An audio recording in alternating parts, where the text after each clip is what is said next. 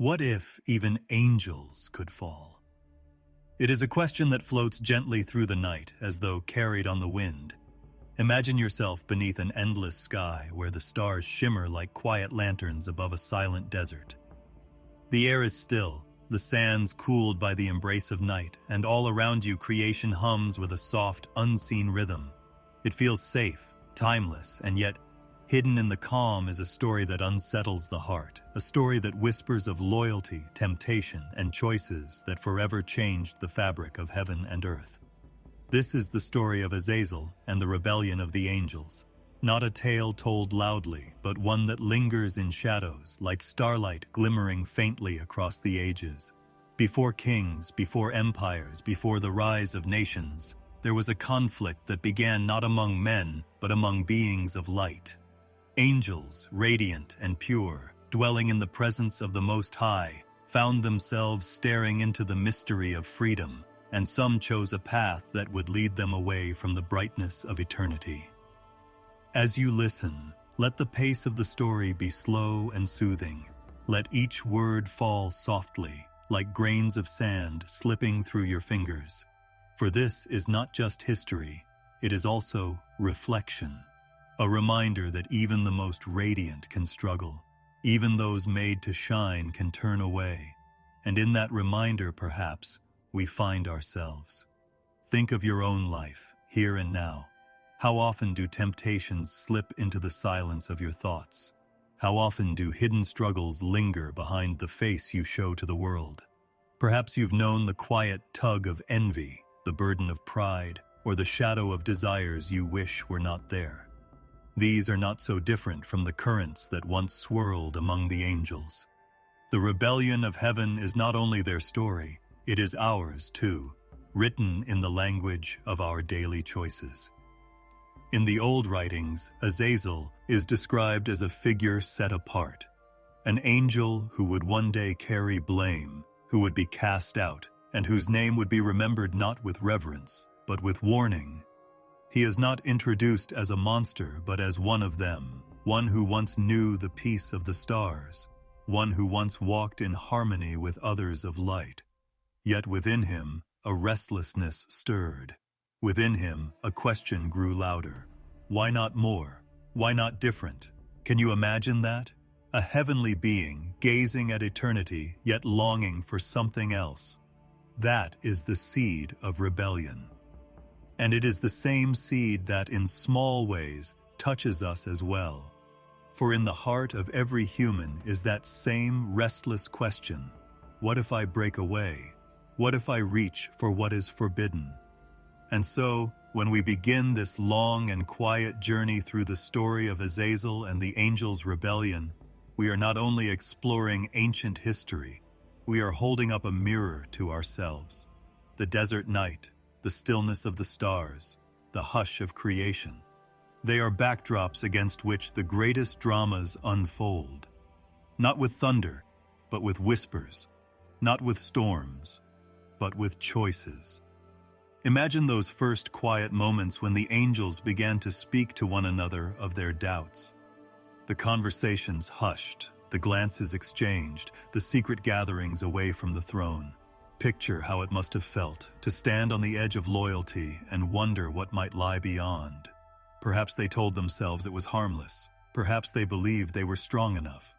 But rebellion rarely shouts at first. It begins with murmurs, with thoughts that flicker like shadows across the soul. This is why the story matters. Because in their fall, we recognize the danger of our own. In their choices, we glimpse our own struggles. And in their rebellion, we begin to see the outlines of a greater story, a story of mercy, of judgment, and of the eternal divide between light and darkness. As you listen, let your heart settle. There is no rush here. The tale will unfold like the stars above you, slowly, one by one, until a pattern emerges. And in that pattern, you will see not only angels and their rebellion, but also the endless grace that still reaches out to us. So tonight, as the stars whisper their ancient light, we begin.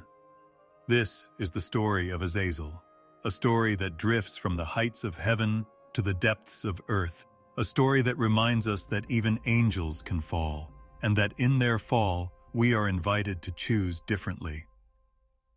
And as you take in these quiet beginnings, I'll ask just a small favor from you. If you'd like to hear more stories like this, calm, ancient tales told in the stillness of night, then make sure to subscribe for more sleepy Bible documentaries. Also, I'd love to know, from where and at what time are you listening? Is it late at night in your city, or perhaps a quiet afternoon? Share your name, your city, and the time you're watching in the comments. And finally, if you'd like to read the complete Bible, all 88 books, as well as the Book of Enoch in English, I've placed a link in the description below. Let us continue softly into the heart of the story. There once was a company of angels whose job it was to keep watch over the vast expanse of heaven where the stars appeared to go on forever, and the night air moved with a slow, dreamlike stillness.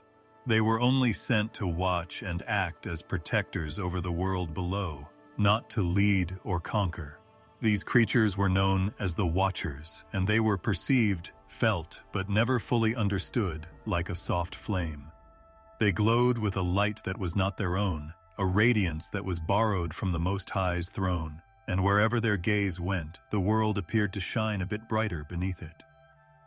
Mortal eyes could not capture their beauty.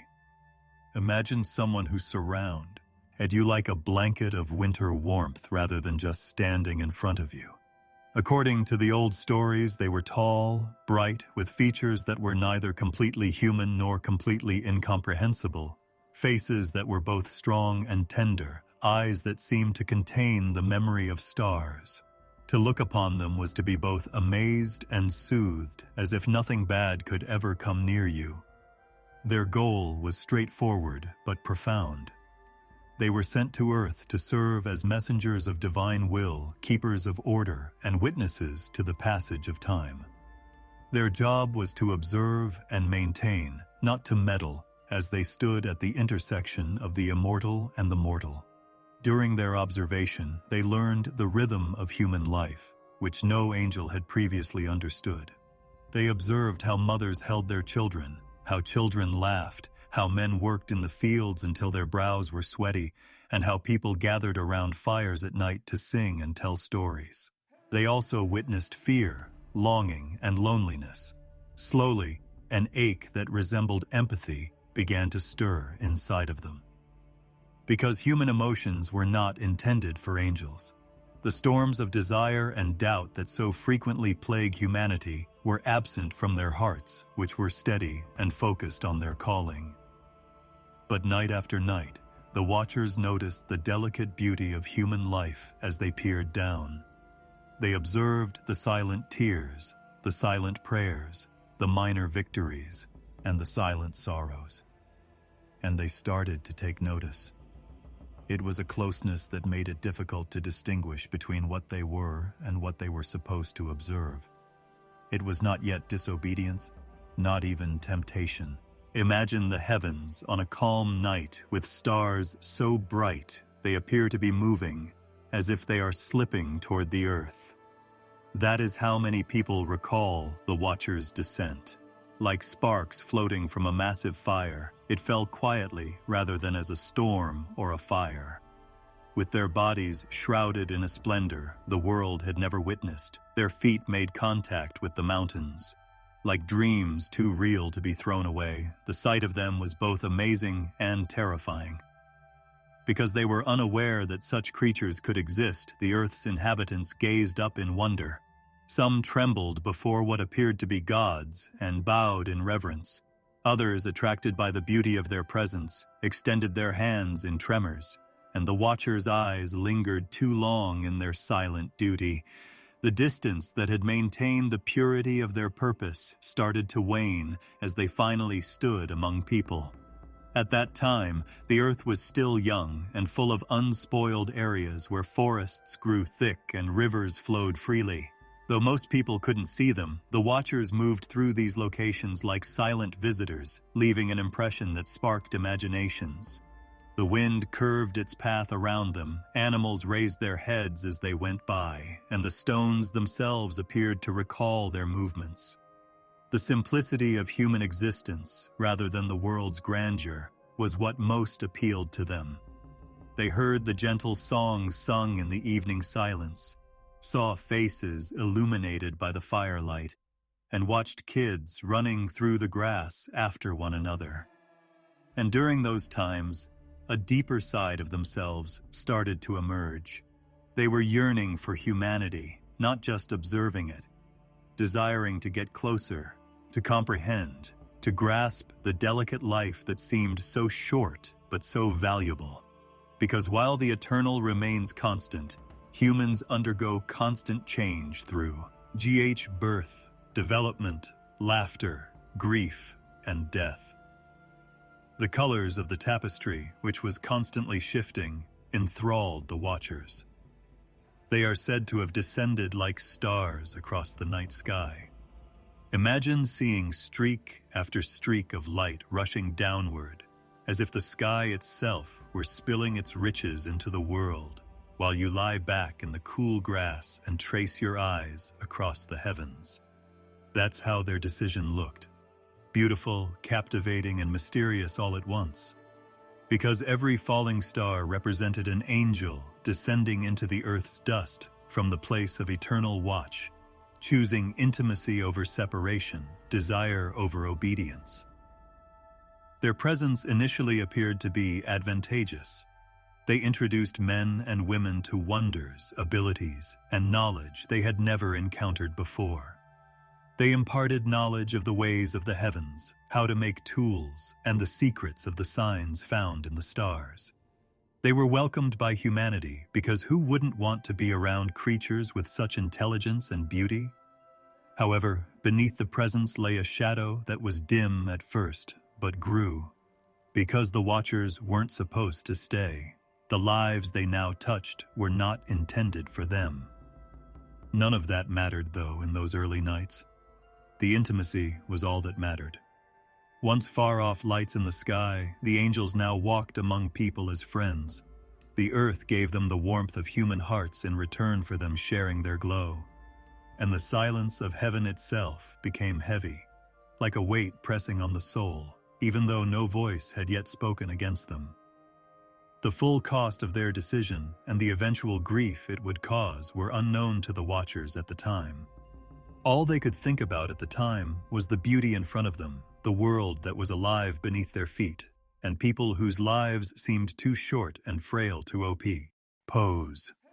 Love, wonder, and desire drew them in, and during their descent, they altered the path of heaven and earth. One of them seemed brighter than the others in the early evenings when the watchers first came down. Azazel was his name. He is remembered in stories as being radiant in both appearance and spirit. The other angels frequently turned to him without having to be told because of his vast wisdom, serene voice, and steady demeanor. For a while it was sufficient that he carried himself as though he had always understood his role in the grand scheme of heaven. However, the people who are most respected and trusted frequently harbor secrets that others are blind to. Azazel wasn't your typical observer. It seemed as if the light of the stars themselves had formed when one gazed upon him. He appeared to have wider wings, more deliberate steps, and a sense of being fully seen when his gaze shifted to you. Many claimed that he exuded authority without actually saying it. Not only was he radiant, but his assurance was captivating, and the watchers themselves held him in high regard. It was Azazel's soothing words that frequently calmed or guided them when disagreements or doubts surfaced. Nevertheless, there was something else in that serenity, a silent wonder, a unique curiosity. He did not view the earth below as merely a place of duty, a territory to be protected and unaltered. He perceived it as a mystery, a dynamic narrative that was developing every day. Azazel leaned closer where others stood, happy to watch. He observed details that others might have missed, such as how rain made the ground softer and more fragrant, how shadows lingered at dusk, and how a child's laughter could travel farther than a man's voice. He kept looking at these small details until the world below seemed fascinating rather than like a chore. He was uneasy about something about people. They were weak in comparison to the hosts of heaven, so it wasn't their strength, it wasn't their wisdom either, as their comprehension was still quite limited. He was most struck by their vulnerability, and despite that vulnerability, their tenacity. Though their creations fell apart, he witnessed men building. He witnessed women fostering life despite death's constant presence. As if hope could never be completely snatched away, he watched them cry and then smile once more.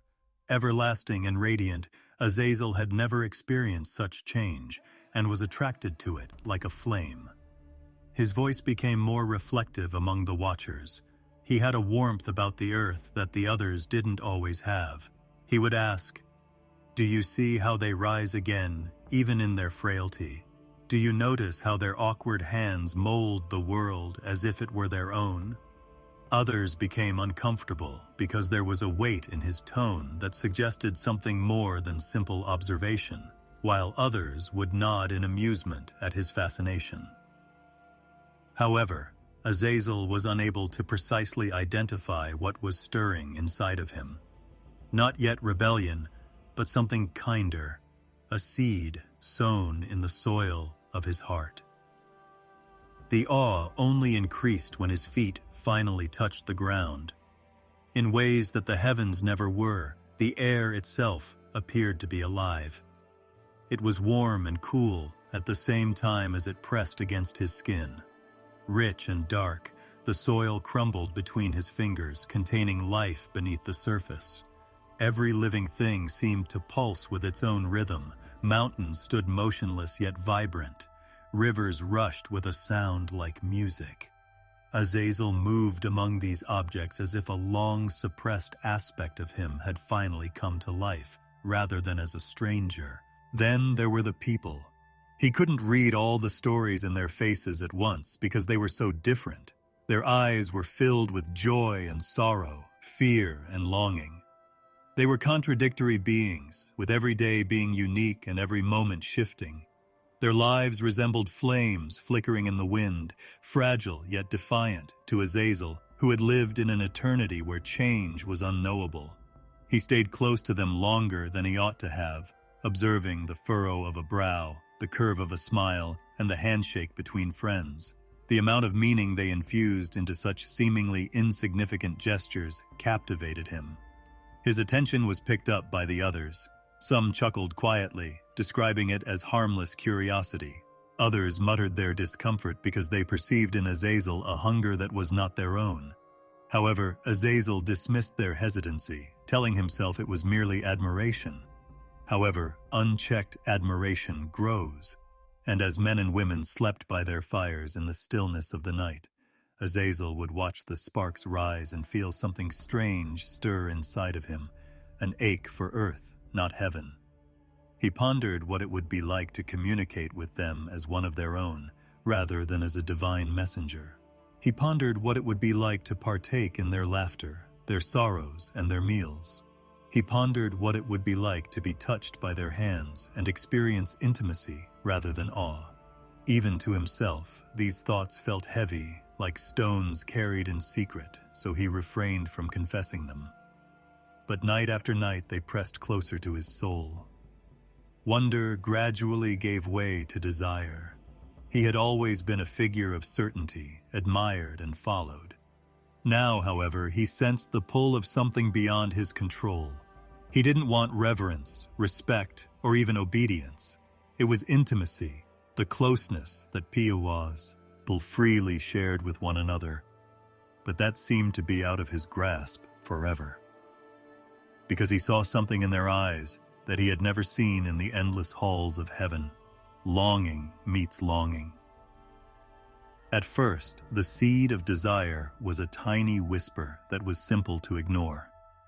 However, it started to grow like any seed sown in fertile soil. It permeated his dreams and thoughts until even the stars above appeared faint in comparison to the fires where women and men congregated. Once so steady and bright, Azazel now carried a secret flame within him that would determine the destiny of both angels and humans. Beneath their eyes, the earth was vast, and each step they took on its soil seemed to arouse something within them that heaven had never roused. The watchers, who had previously been satisfied to linger on the outskirts of the sky, were compelled to venture farther as the sound of the waters and the breath of forests beckoned them on. The mountains rose like old guardians, their sides scarred by time, their peaks reaching the clouds. Flowing like silver threads through valleys where grasses bent in the wind, rivers gushed from secret springs. From a distance, they had been aware of its beauty. It was a revelation too profound for words to describe, to walk among it as if they belonged, to feel it with their senses. The scent of wild herbs and cedar filled the air. In stark contrast to heaven's immutable perfection, the earth itself hummed with life. Heaven was a place of unending light, song, and brilliance. Light rose and fell, day gave way to night, birdsong replaced silence, and storms erupted in the sky before disappearing once more. But here there was rhythm. This impermanence astounded the angels. It was painful in a way, as if everything they touched could fade, but the fading itself made it valuable. They had experienced eternity, but now they were burdened by the passing of time. The watchers frequently stayed too long by riverbanks, observing reflections as the water flowed by. Their eyes followed the endless ridges until they disappeared into the distance as they traced the shapes of mountains. As if creation itself were calling them nearer, they stood motionless as dawn broke, splattering fire across the horizon. It was a living beauty that breathed, danced, deteriorated, and then bloomed once more. They had never experienced such movement, and it roused something they did not fully comprehend. One sight among all these wonders struck them more profoundly than the others: the daughters of mankind. Their eyes had previously lingered on humanity, as they had been obliged to do. The earth's women possessed a beauty that no river or mountain could match. Their voices rose and fell with warmth that sounded like music. Their faces were brushed by sunlight and shadow, and their eyes mirrored laughter and sadness. It was a transient beauty, and because of its transient nature, it was impossible to turn away. Their presence stopped Azazel, whose curiosity had always been deeper. He observed the way hands moved softly to soothe a child, the way hair strands slipped across a brow in the wind, and the curve of a smile. It was the life that throbbed within them as well as their shape. They gave freely, grieved profoundly, and loved passionately. It was raw, brittle, and alive, not the impersonal, far-off devotion of angels. He was drawn to it, and he wasn't the only one. The other watchers also started talking quietly. Their voices became quieter as they talked about the women, whose presence seemed to enchant them, but they still marveled out loud at the strength of the men who worked in the fields. One would say, "There is light in their eyes, like the glow of fire in the dark." Another whispered, "They are not eternal, but they carry eternity in their gaze." Angels never spoke such words in heaven, but on earth they did. They initially convinced themselves that it was merely admiration, much like how they would admire a sea or a mountain. However, it became more difficult to draw such lines the closer they got to the human encampments. Women were washing by the rivers, and they could hear their laughter rising as the water splashed. In the firelight, they observed them dancing, their movements spontaneous and vibrant. They saw them holding kids, their eyes gentle with an unending love. And something changed in the watchers during those moments. This was not a faraway beauty. This was an invitation, a draw, a temptation. At first, the desire developed subtly as a gentle ache that murmured in the darkness. Soon, however, it weighed down on them like the earth itself. They started to dream of intimacy, of stepping in as friends as well as guardians. They imagined themselves speaking as men rather than angels, and extending their hands from the side rather than above. With each glance and every hour that was stolen, the temptation grew stronger, until duty seemed more like a chain than a goal. The struggle was sharper for Azazel. Admiration became desire, and desire became restlessness. He kept thinking about what it would be like to be touched by mortal hands, and to be viewed as one of their own, rather than a being from heaven. When he stood by the rivers at sunset, he observed the people who leaned next to them, their faces glimmering in the last of the light rather than the waves, and as if burned into his soul, he carried their image with him when he turned away. The earth, in all its splendor, was no longer merely a sight to behold. The watchers were no longer satisfied with the distance heaven had demanded, and it had turned into a lure. The stars above appeared to silently observe as angels leaned closer to a world that was not supposed to be theirs. The rivers flowed as though carrying whispers, and the mountains stood as though holding secrets. The more they saw, the more they yearned, and the more they yearned, the more difficult it was to stay the same. Above them, the silent, limitless night sky watched. The watchers stood divided beneath that immense horizon, caught between the earth's transient beauty and the eternity they had known. Awe had given way to temptation, and once temptation is established, it is difficult to overcome. They started to assemble in silence, under the cover of night, when the stars were arranged in the sky like an uninterrupted tapestry, rather than in the bright light of day. Once guardians at the intersection of heaven and earth, the watchers now moved farther and farther from their designated locations as they were drawn into private meetings that few dared to discuss out loud. Shemhazah was the one who initially gave expression to the ideas that many people had kept to themselves. Among them, he was a strong and authoritative leader who was tired of suppressing his inner fire. Others hovered around him, faces that had been calm but were now darkened by another kind of fire. Their initial exchanges were cautious, a trial run. A question here, a word there, shrouded in doubt. They talked about the beauty, fragility, and allure of people.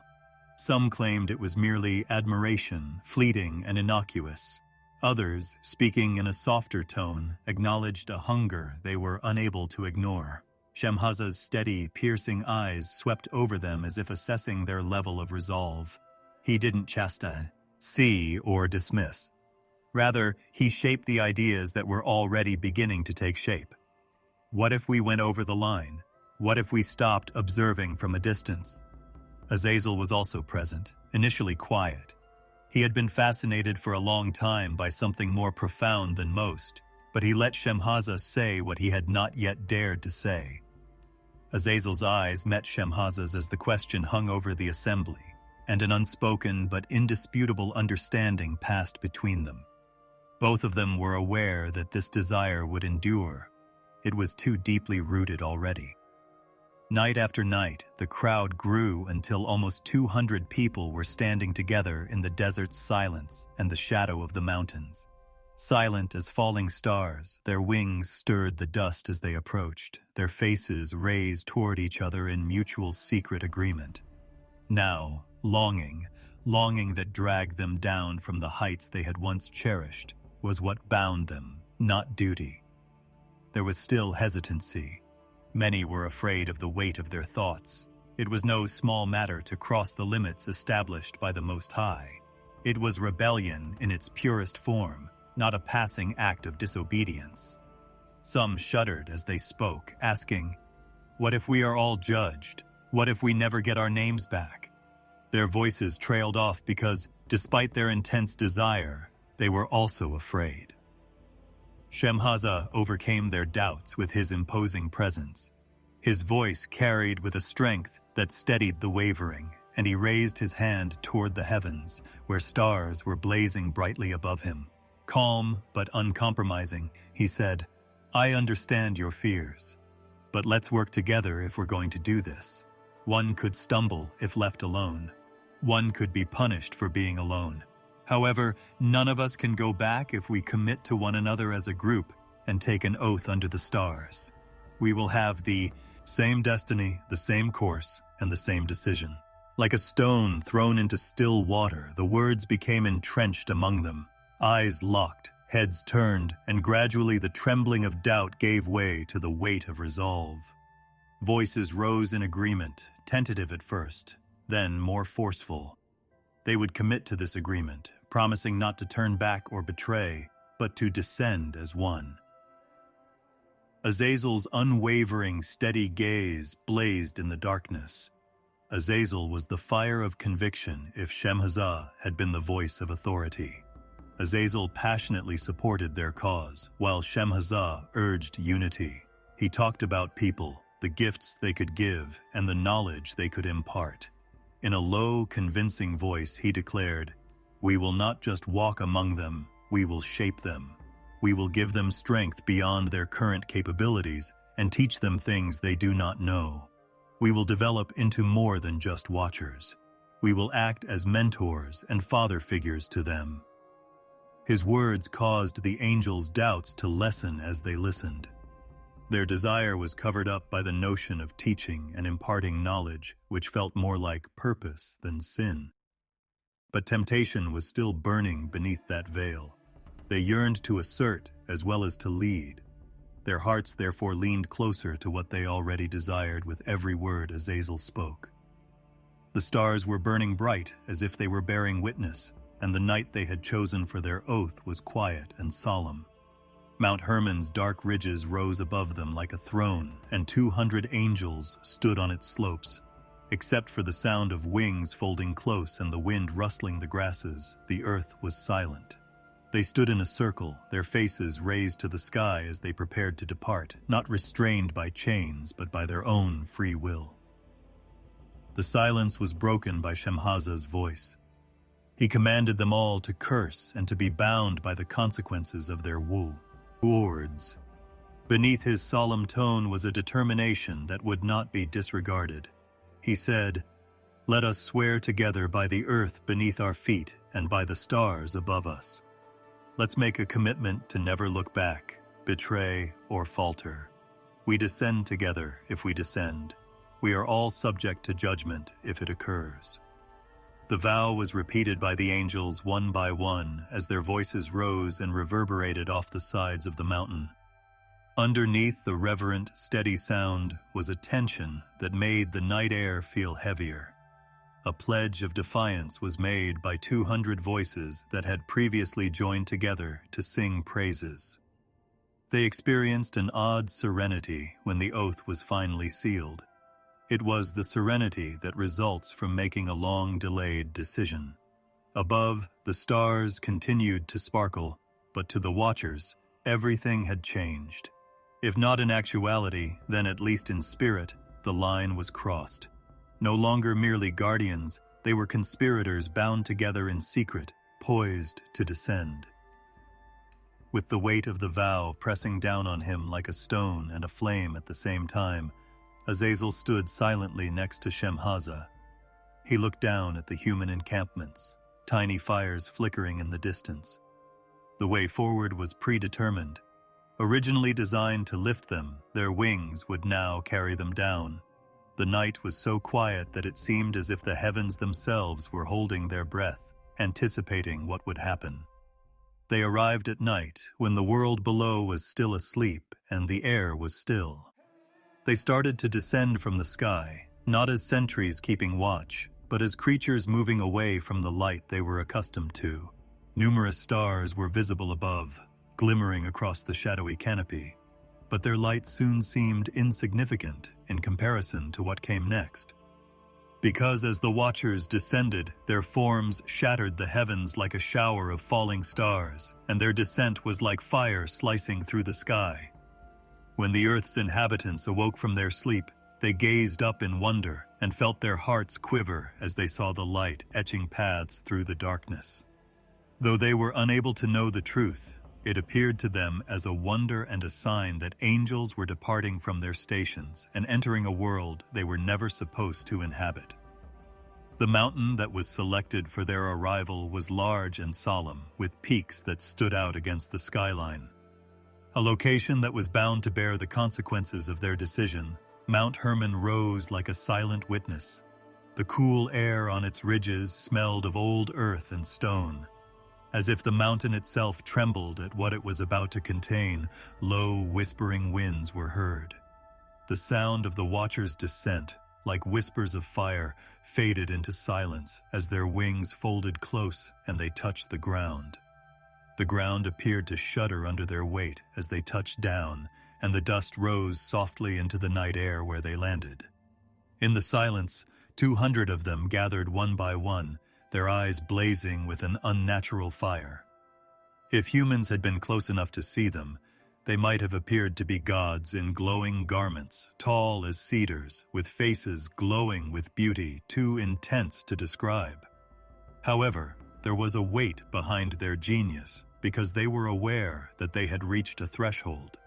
They were bound together by the oath they took, and the mountain now witnessed their fall. Shemhaza stood among them, reminding them of their vow with a steady, calm voice. He spoke with a resolve. That comes when a decision has already been made, not with anger. The others moved around him, their wings rustling the cool air, their faces raised to the sky as if they missed the place they had left. But nobody went back. Even though they were heavy, their hearts were focused on the path below. Azazel hovered at the periphery of the group, staring at the world below the mountain. He observed the movement of shadows where people led simple lives and the dim glow of fires burning in tiny villages. He saw it as both beautiful and full of possibilities. This was a world that could be taught, molded, and shaped. There was a twinge of ambition in his eyes, but there was also the weight of fascination. He had come to act, not just to be admired.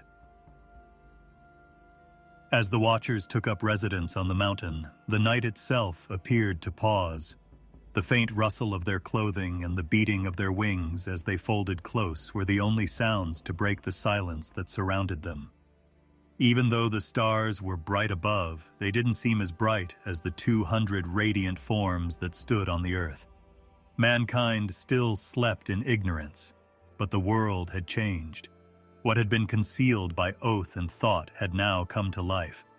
As though tasting its texture and sensing its pulse, a few of the angels knelt down and pressed their hands to the ground.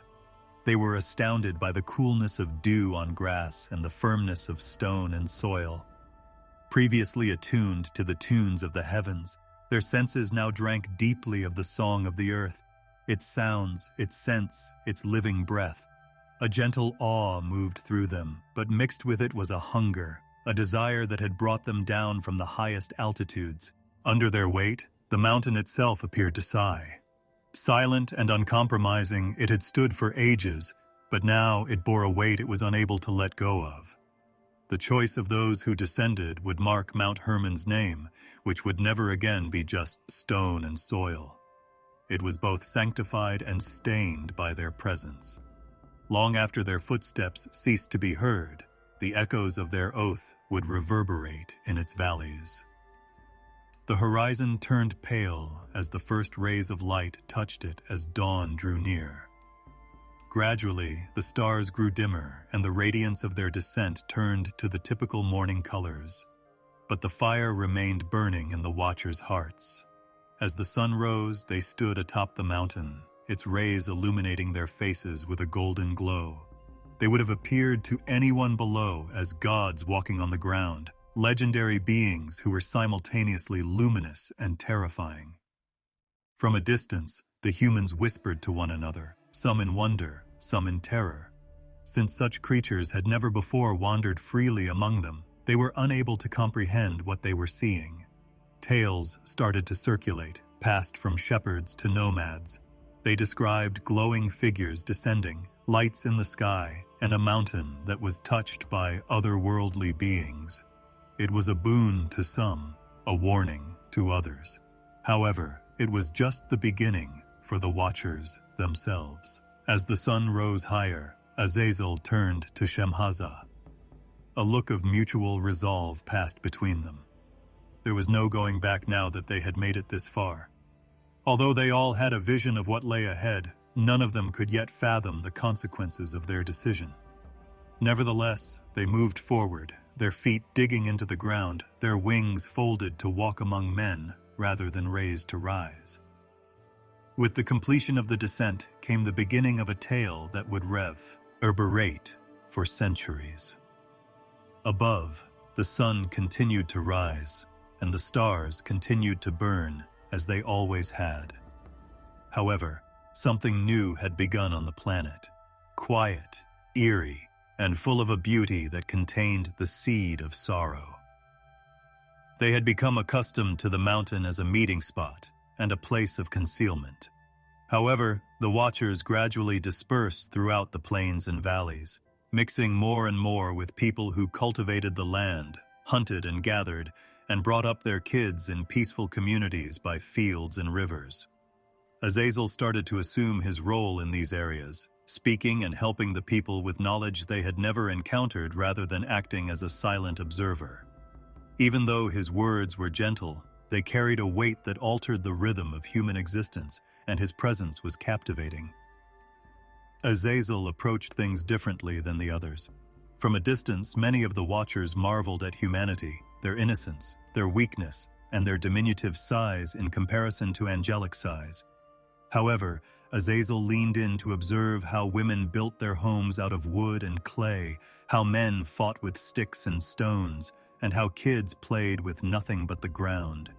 Their lives seemed too simple to him, and he felt compelled to show them more. He spoke to them in hushed tones about beauty, strength, and things that are hidden in the ground and within them that are just waiting to be revealed.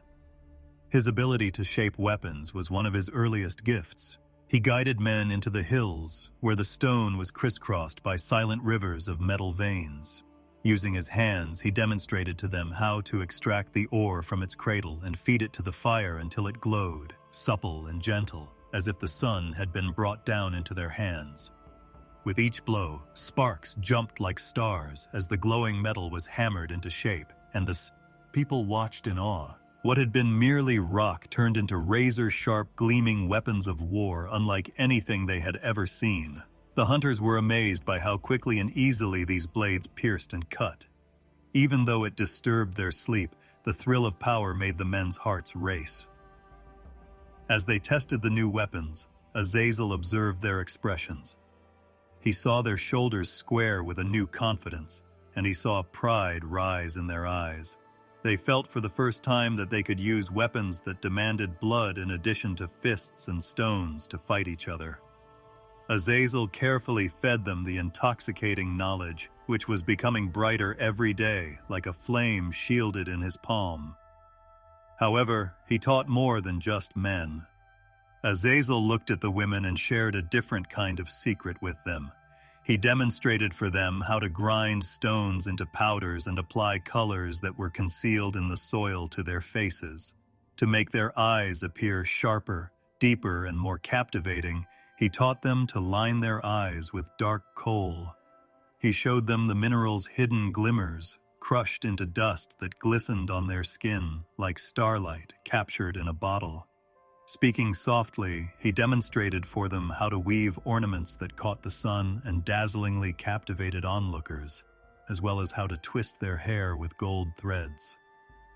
As they watched their reflections change, the women listened with eagerness, learning and laughing like music. Whereas they had previously lived their lives in humility, they now felt men's gazes linger, captivated by the beauty shaped by knowledge that was hidden. In addition to being a gift, Azazel explained to them that beauty was a weapon that was subtle but more effective than any blade. Vanity stirred in their hearts, a desire to be more than they had been, to be admired, to be wanted. Something invisible started to change with every lesson. As their new weapons clashed in competitions of strength and rivalry, men became restless. Practice quickly gave way to rage, and the ground that had only known sweat now drank blood. Jealousy of beauty, attention, and men's eyes followed closely behind women's self-adornment. Desires that blazed hotter than the fields in the sunlight replaced the waning peace. However, people spoke in awe of Azazel in the quiet of the evenings when the fires were low and the villages were surrounded by shadows. He was a teacher of secrets and a bringer of wonders to them.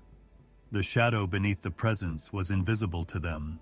Their hearts pounded with pride and fear, but all they knew was that life had changed, and that they now possessed abilities not known to their forefathers. Among them, Azazel moved like a flame and a shadow, always close by and always leading. As he watched the seeds sprout, his eyes glowed with delight. With swords at their sides, men who had previously feared the wild animals now strode with assurance. Once silent water-carrying women now shone in the firelight, their beauty accentuated, their footsteps bearing an invisible burden. The land itself appeared to tremble, as if it sensed the weight of what had been given, even though many people grinned and celebrated their newfound understanding. A few of the watchers were uncomfortable with Azazel's work. Although they had taken the same oath and descended with him, his teachings spread more quickly and profoundly than they had anticipated. His voice was fearless, his hand bold. From a distance, Shemhaza observed him, his brow heavy with uncertainty, but the oath held them together, and he did not utter a word of rebuke. None of the others taught charms, signs, or star movements with the same fervor as Azazel. They all went their separate ways. The world started to shift gradually and quietly. Villages that used to resolve conflicts verbally now brandished fire-forged weapons. Vanity grew like vines across people's hearts, and faces that once reflected the rawness of the earth now wore paint, color, and glitter.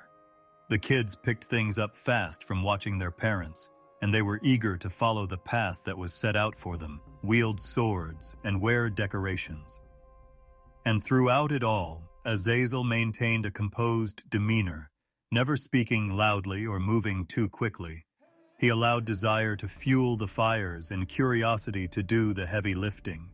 He merely opened closed doors, and once they were open, they could never be closed again. Above, the stars continued to shine, silent, icy observers of their own.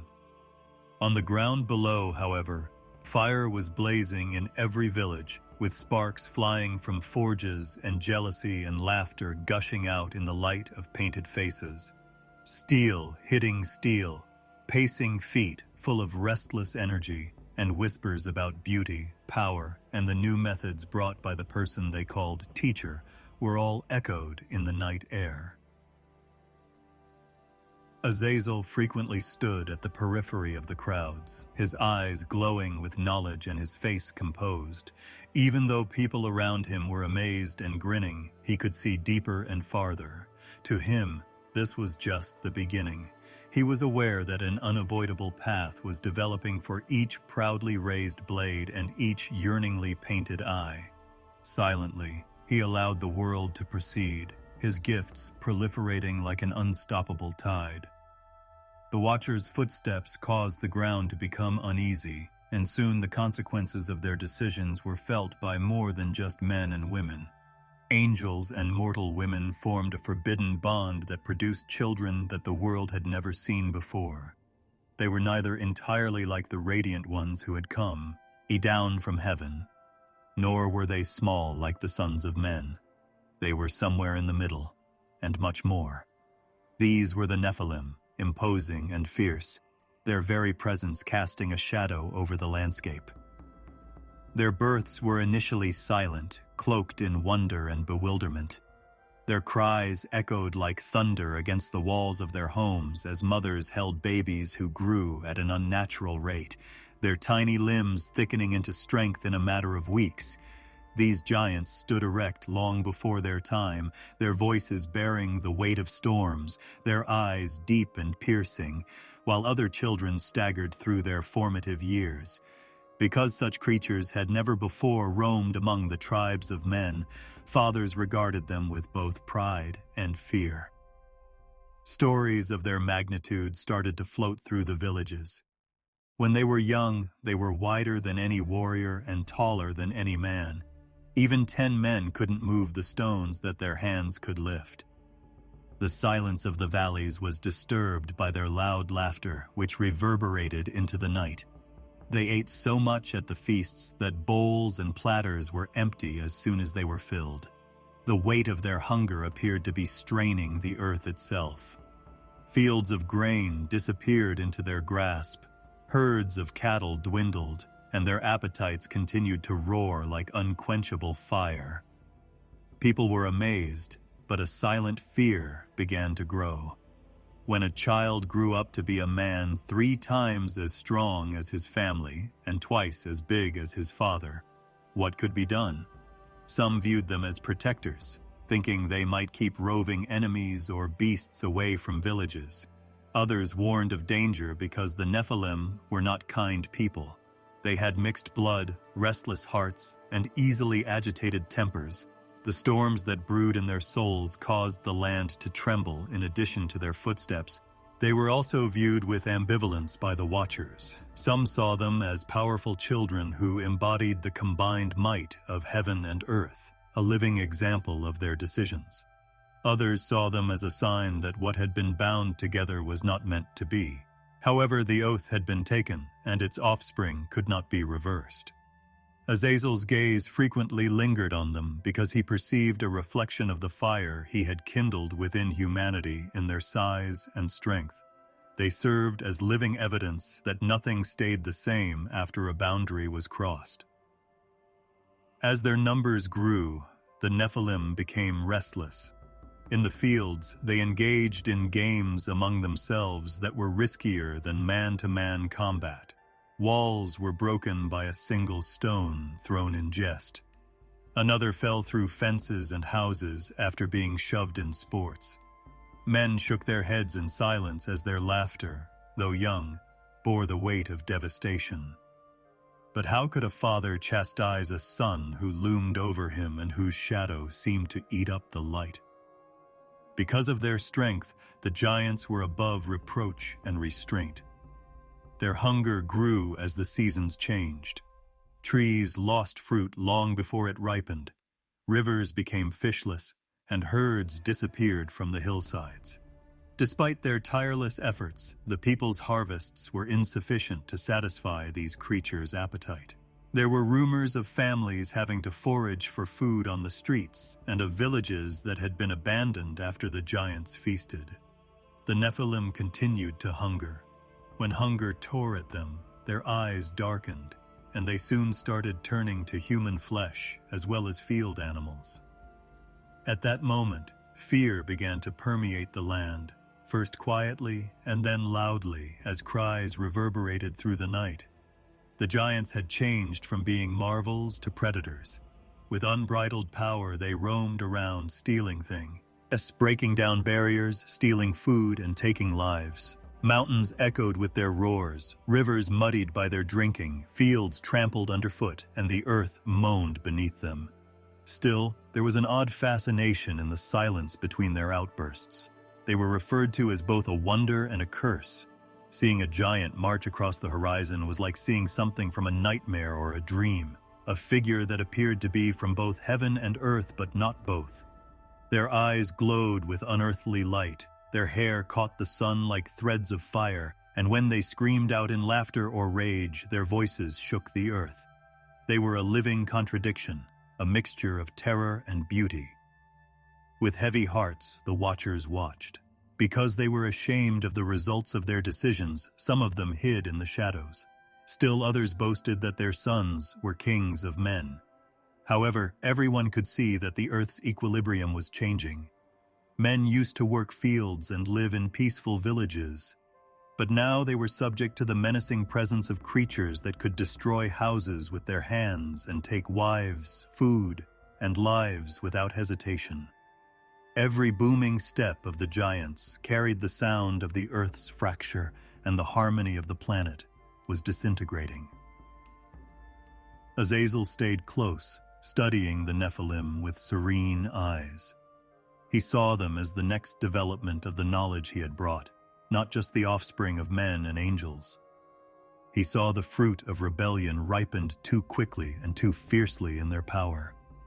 And Azazel was not afraid of them, even though others were. as if this had been etched into the world's fabric from the moment the Watchers took their oath under the stars. All he could feel was the weight of inevitable fate. The giants themselves were not ashamed or burdened by their own existence. Their voices reverberated over mountains, their shadows extending far across the landscape as they fought, laughed, and ate. Their voices shook the trees as they called to one another in loud screams, and their footsteps carved craters in the ground.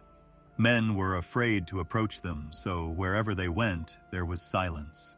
The Nephilim ruled without thrones or crowns, and their dominion was established by brute force rather than by law.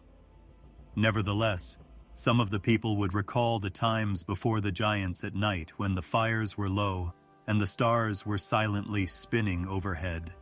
They would murmur about tranquility, peaceful fields, soft harvests, and nights when the ground was not shaking.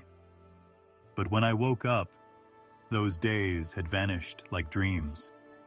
These tall beings, children of heaven and earth, now controlled the world and walked it with an insatiable hunger.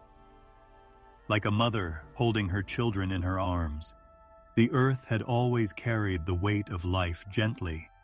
The ground had supported the silent footsteps of men and women who lived on it.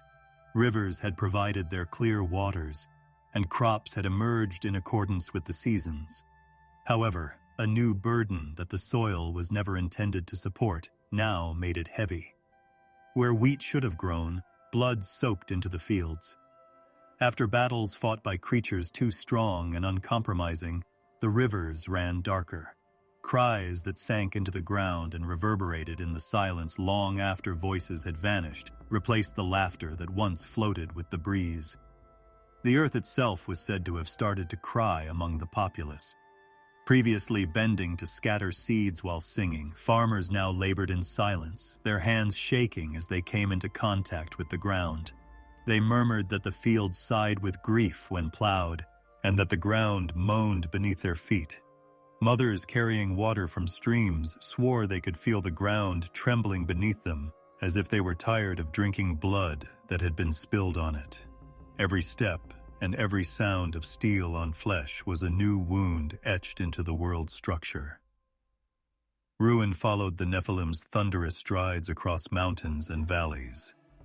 Because the giants enjoyed killing, herds declined due to both hunger and bloodlust. They struck with a force that split trees and broke walls, using iron and bronze weapons that Azazel had taught them. Villages fell silent as the earth shook. Granaries were empty, gardens were destroyed, and fields were trampled underfoot. Once a peaceful area, the land was now scarred beyond what a plow could remove. At night, mothers held their children close while muttering hushed prayers in the hopes that they would be heard in heaven. They narrated tales of a time when a harvest was a source of joy rather than despair, of nights when stars shone fearlessly. Though all they had ever known was shaky ground and smoke rising from distant villages, children listened with wide eyes and tried to imagine such peace. Once proud hunters and housekeepers, fathers returned exhausted, their faces etched with grief. Many never came back, engulfed by two big enemies and two ferocious battles. With every empty night, wives' hearts broke as they stood by themselves in doorways, looking out over the horizon long after the sun had gone down. Their voices joined the earth's lament, and the cries of the widowed and orphaned became as common as bird calls. Previously turning soil with hope, the farmers now turned it with fear.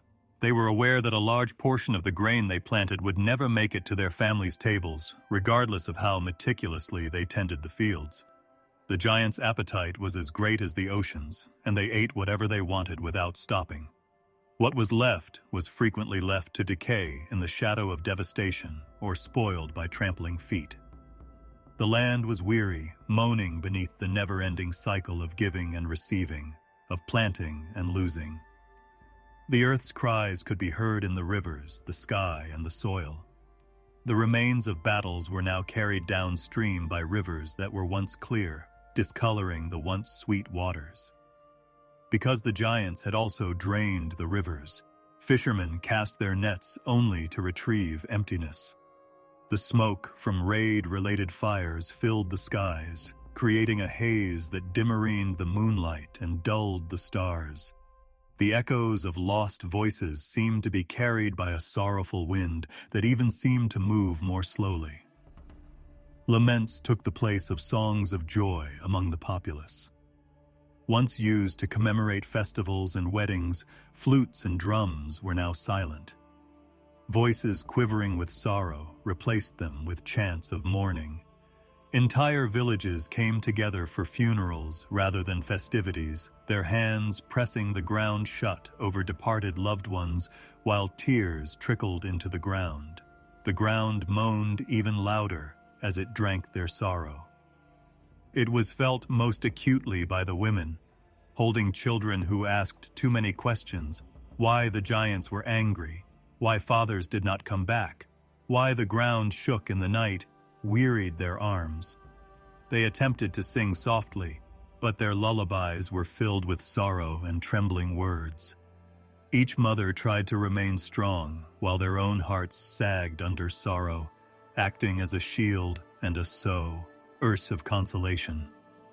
The mothers sat silently, gazing at the dark horizon while listening to the earth's cries, which echoed their own after the children had finally fallen asleep. Some people attempted to hold on to hope in the midst of grief. Even though the ground felt cursed, they still sowed seeds. Telling themselves that warmth still belonged to them, they lit fires at night, tiny flames against the vast shadows. Perhaps the earth only wept because it still cared, because it still carried them even in pain, they whispered to each other, suggesting that the earth had not entirely abandoned them.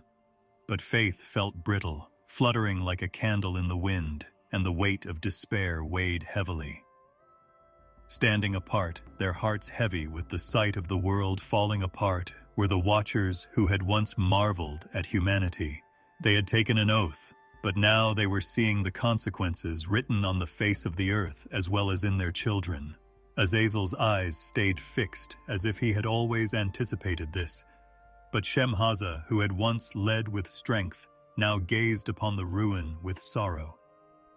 However, the burden felt by the men and women of the villages was their own, not that of the angels.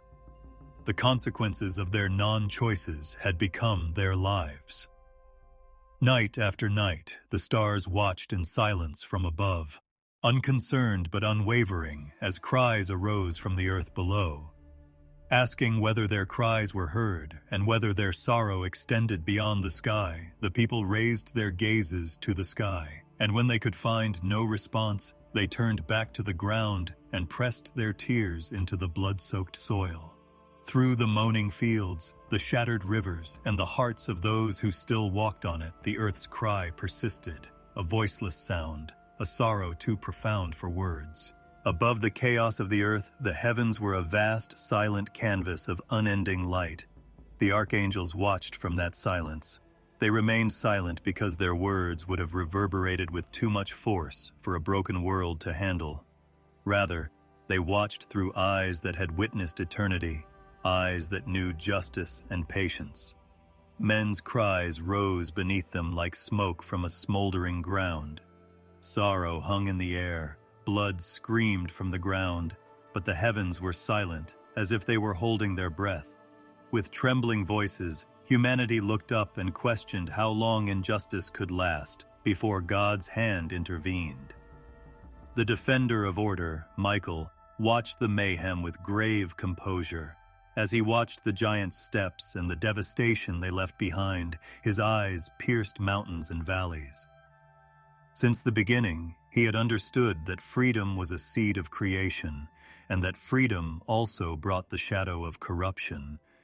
Even so, his silence was heavy as he watched the Nephilim eat up the land and mothers mourn their lost children.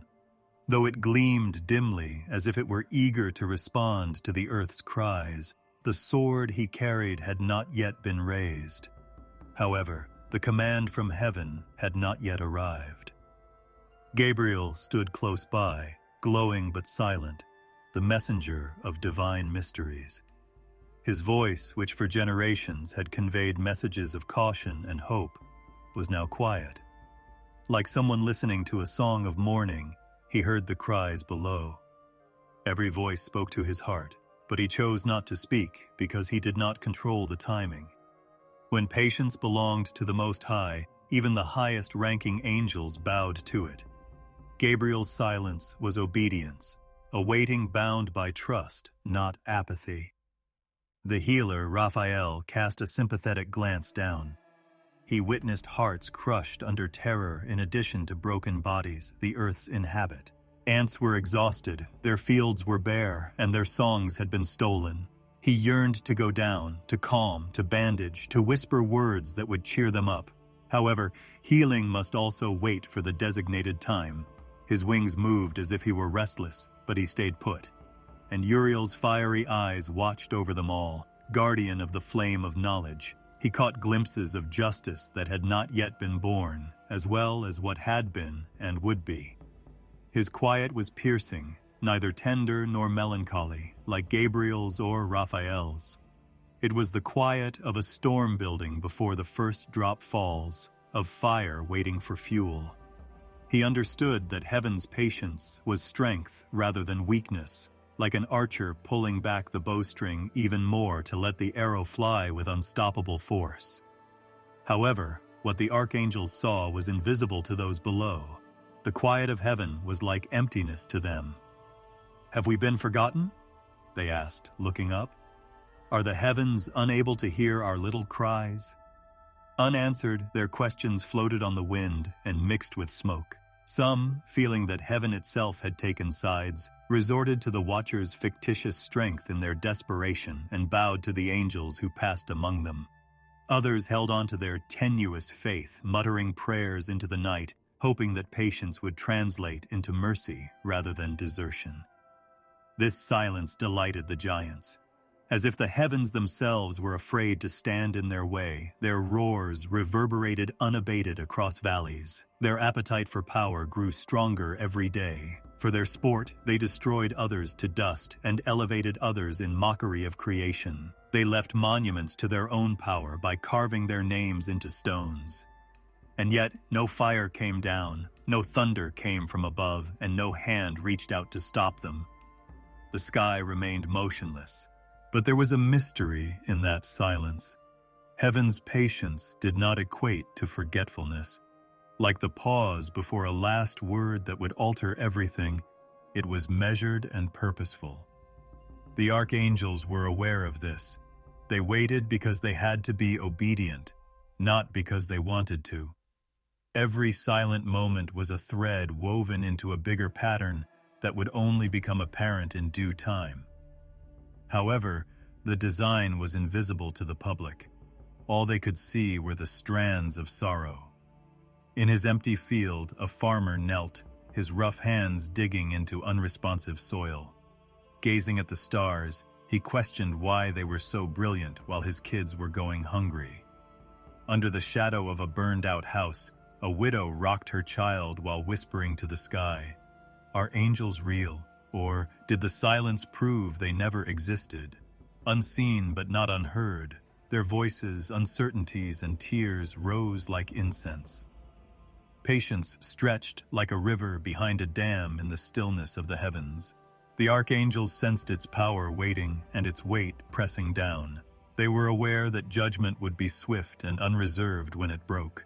But until then, they continued to stand silently as guardians and watchful sentinels, their eyes never leaving the ground. Few realized that the silence itself was a lesson. It addressed the truth that justice does not always come as expected, and the mystery of endurance. Injustice persists until it is corrected, much like darkness persists before dawn.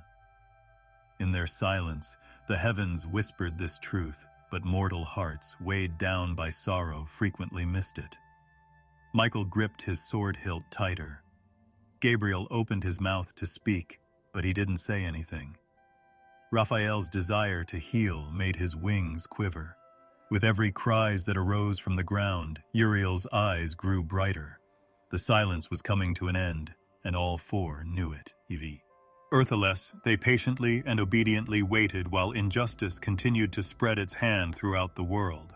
The question of how long injustice persists before heaven responds weighed heavily on all hearts below during that period of silence. The stars did not respond, but they continued to shine, unwavering and steady, as if to assure us that silence would not last forever. Through valleys where laughter had once existed, their cries rose like broken songs and were carried by the wind. Mothers clutched at the empty clothes of children who would never come back, their faces etched with sorrow and grime.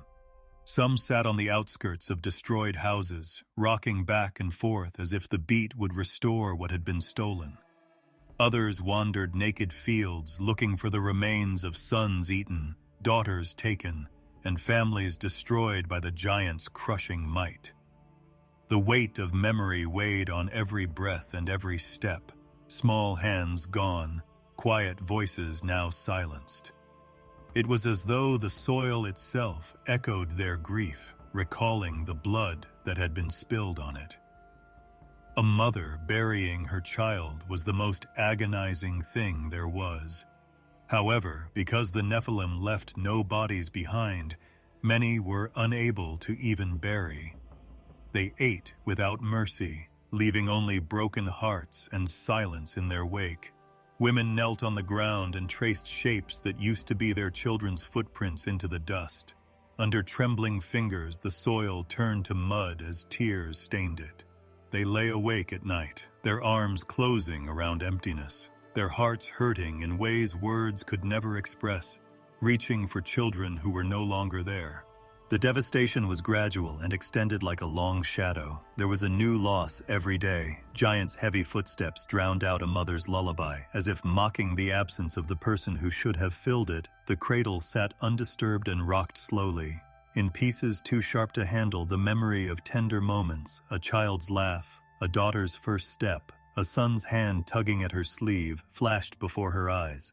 In the hopes that heaven might still hear and that the stars might carry their names into eternity, some parents whispered their children's names into the night air. Mothers came together in grief rather than joy, their cries intertwined like the strands of a somber melody as they sat in circles. Each carried scars deep within their souls rather than on their bodies, and each had a story to tell. They described nights when the Nephilim appeared, ripping doors off their hinges, carrying kids as if they were weightless, and disappearing into the night. They talked about mornings when the world was forever altered and the silence was louder than any storm. Despite their trembling voices, they spoke because silence was too heavy to bear on its own. The giants did not understand their cries. They saw people as weak, transient, and nothing more than wind-tossed dust. Their roars mocked the frail tears of mothers, and they laughed as they left destruction in their wake. But something the giants could not understand, a love so intense that even sorrow could not extinguish it, burned in those tears. Mother's grief was testimony, not weakness.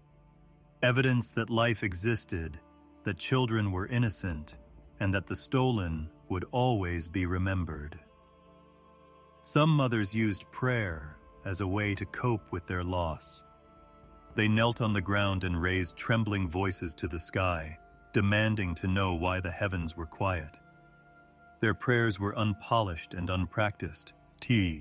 Hey were unfiltered, filled with pain, and their queries were released like water over a dam. When they arrived, where were you? Why didn't you stop them? Have you not heard my child's cries? Despite the pain, the prayers were filled with tenacious hope that the one who created the stars still cared, still listened, and still remembered.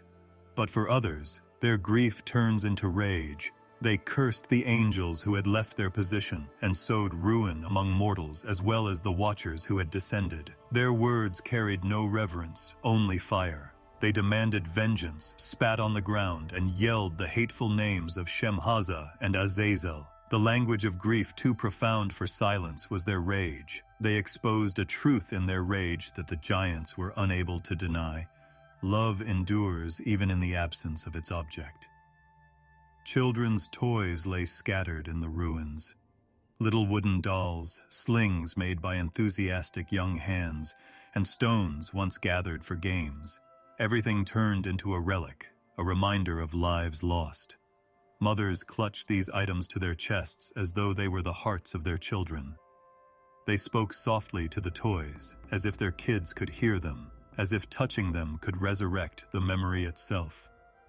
Because they held the weight of memory, these insignificant objects became sacred and more valuable than gold.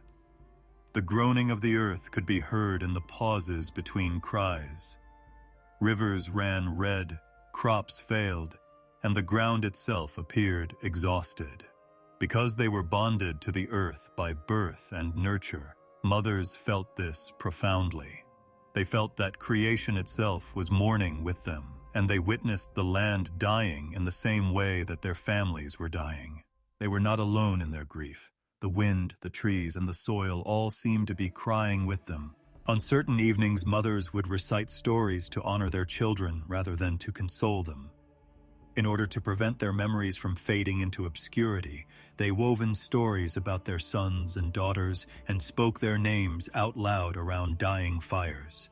Each story preserved what the giants attempted to destroy: a boy who loved climbing trees, a girl whose laughter was like running water, a child who once dreamed of hunting, another who dreamed of singing. Silence felt like surrender, so even though their voices trembled, they spoke. Some mothers' bodies reflected the emptiness inside them as they grew weak under the strain of grief. Others, despite having broken hearts, stood taller. Their grief turned into a sort of rebellion, a refusal to allow their children's memories to wane. They held fast to the basic act of remembering, of calling names, of bringing shards of love forward despite the devastation. It was a silent resistance that was powerful in its own right, but invisible to the giants. Even though men couldn't hear them, heaven could hear their cries. The archangels felt those cries like arrows piercing the sky, but they remained motionless and silent. A sorrow too great to ignore filled the heavens with the weight of each lament. The mother's sorrow was building towards something, like waves accumulating before a storm, even though they were unaware of it at the time.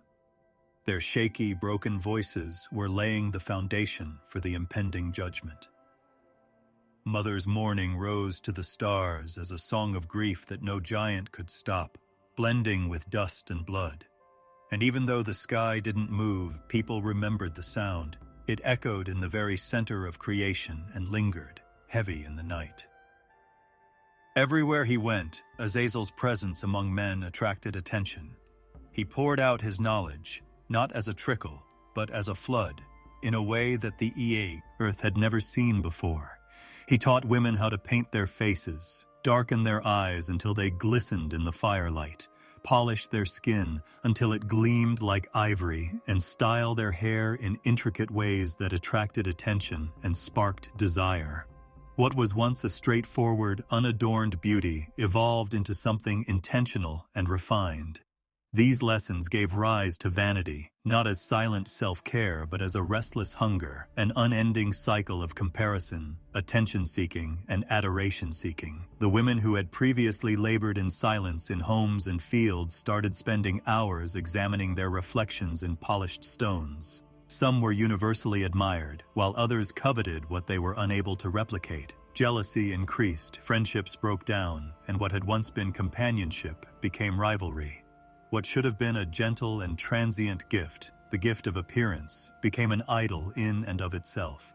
When men saw these new forms of beauty, their desires were heightened as well. Unchecked and all-consuming, lust spreads like fire. Love was now instantaneous, urgent, and unquenchable. It was no longer patient or enduring. As passion took the place of devotion, family ties grew weaker. Many people's hearts became restless, always searching, and never content. Beauty was not Azazel's end. He gave people weapons they had never seen before. He brought forth metals that were concealed in the ground, whereas up until that point, survival had been achieved with crude spears and stone tools. He taught men how to dig deep, how to shape ores into swords that gleamed with deadly promise, and how to melt them in fire until they glowed red.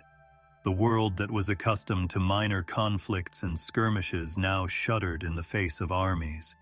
More blood flowed, not accidentally but intentionally. Men killed for power, not for food, and not to defend but to conquer. The ground, already weeping from the cries of the innocent, grew heavy with the iron scent of endless violence. Azazel gave birth to both war and greed, because with metal came the desire for more possessions, more power, more money. Men learned to hoard as well as to fight. When they looked at the earth, they saw a treasury that needed to be drained rather than a gift.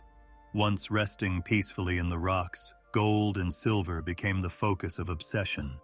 Those without them felt cursed, while those who had them were envied. Men abandoned long-standing allegiances, stole from family members, and betrayed neighbors in their hunger. Like a parasite, greed took up residence in the human heart and continued to feed without ever feeling satisfied. Peace men knew less the more Azazel shared. He taught spells and charms, the secrets of the stars, and how to control other people. Believing that power was within their own grasp, those who had previously prayed upward now resorted to whispered incantations. Sharpened blades, concealed greed, and rites of lust and vanity took the place of the sky. Men had been given the appearance of greatness by the Watcher's teachings, but this greatness was fundamentally hollow because it left the soul hungry even as the hands were full. If one looks closely, even now, the traces of Azazel's influence remain. In the glimmer of makeup that promises beauty but leaves nothing behind, in the restless pursuit of unfulfilled perfection, in the chaos of nations arming themselves, they spend limitless resources on weapons that are faster, stronger, and sharper, all of which are designed to destroy, not to build. Men and women measure themselves by gold, possessions, and the power they can exhibit in the never-ending pursuit of wealth. His shadow lingers, moving silently through contemporary streets rather than being restricted to bygone eras. Think about how vanity flourishes everywhere. Billions of dollars are spent on appearances, clothing to impress strangers, and mirrors that show more than just a face. They reflect a never-ending sense of discontent. The weight of comparison causes social circles to break apart, as if every look is a competition and every smile is a show. Today, hearts are still urged to look for approval in painted skin rather than in silent contentment by the same restlessness that once engulfed men's daughters. The weapons have only gotten sharper. What began with swords and shields has become machines that can wipe out entire cities in a moment. Although men refer to it as progress, it is fundamentally the same knowledge that Azazel passed down, the transformation of the earth's blessings into destructive instruments. Every new development raises the possibility of safety, but also increases anxiety because each weapon provokes another. Like rivals brandishing knives in the dark, nations are constantly on edge and unwilling to let their hands drop. And greed is still as relentless as ever. More than ever, men are searching the earth for resources that can be exchanged for power, such as diamonds, oil, and metals. The earth creaks under the weight of the unending hunger. Rivers dry up, forests fall, and once vibrant areas become bare. All for more, always more, and never once satisfied. Similar to Azazel's time, people seek out treasures that never satisfy their hearts, rust, and eventually disappear, leaving no thing but emptiness in their wake. Azazel believed he was imparting wisdom by teaching these things, but in reality, he was only imparting a chain, because there was a curse attached to every gift. Vanity turned into jealousy, and beauty into vanity. Lust turned into betrayal, and desire into lust. Weapons led to conflict, which in turn led to unending suffering. Greed turned into corruption, and wealth turned into greed. Humanity gained skill, but lost peace, and knowledge, but lost innocence. Mothers wept for their lost children while painting their faces. While grieving for the sons those blades had taken, fathers continued to sharpen their swords. The earth moaned beneath the blood that had been spilled on it, but it glittered with metals. Azazel's chaos grew underground like invisible roots until it encircled every aspect of human existence. Even so, those who heard his teachings found them to be sweet. Leaders felt wealthy, women felt adorned, men felt powerful, and for a brief instant it appeared as if they had been raised above their station. However, beneath the surface their nations bled, their families shattered, and their souls became restless. They were carried by the delusion of power, but the reality of devastation was not far behind. At first, Azazel's sins were whispered rather than loud. A blade forged, a secret kept, a little greed here, a little vanity there. But the murmurs intensified, and eventually they erupted into a roar. Even the heavens could no longer gaze upon them in silence as they wreaked havoc and longing throughout the planet. Even though the land was covered in darkness, there were still glimmering lights. These were the silent lamps of the believers, not the torches of giants or the fires of war. The faithful gathered in little places across the world, their voices rising in brittle hope, but their hearts exploding under the weight of corruption. With trembling lips and exhausted hands folded against their chests, they muttered prayers into the stillness. They sought solace in the invisible comfort of heaven rather than in wealth or weapons, as the world around them drowned in blood and vanity. The burden was greatest for the prophets. Their dreams were filled with visions and were not peaceful. Others' eyes opened to images too vivid to ignore during the quiet hours while they slept. They witnessed blood-red rivers, smoke-blackened skies, mothers holding empty arms, and violently silenced children. As they watched the ruins spread across the earth, they noticed angels weeping, their once bright faces growing dimmer. The prophets themselves screamed in these visions, wondering why such grief was permitted, why innocence was shattered, and why the sky appeared to be silent. The ground where they prayed was stained by the unrestrained tears that fell. Bent knees formed little patches of mud as they mixed with dust. In addition to sadness, every tear was an intercession, a request that someone, somewhere, would hear it. In their prayers, the prophets uttered names of children abducted, families lost, and men consumed by greed. They prayed for forests torn apart, fields scorched, and the earth itself broken. Their voices rose like smoke that would not be dispersed, carrying sorrow deeper than words. Their cries turned into a song in the faint moonlight and starlight, broken and gentle, yet unrelenting. A song that clung to the hope that the Creator still remembered His people, a song for justice and mercy.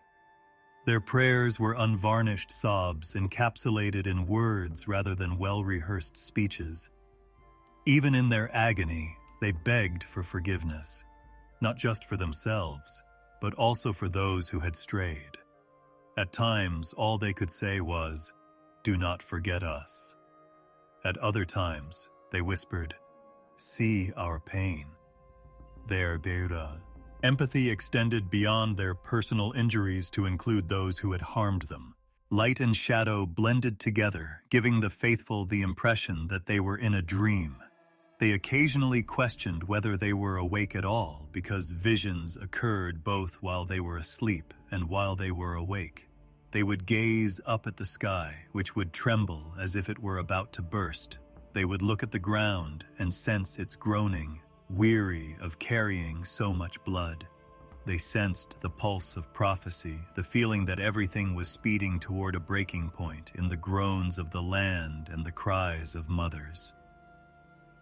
Faithful children repeated the prayers they had heard while kneeling next to their elders.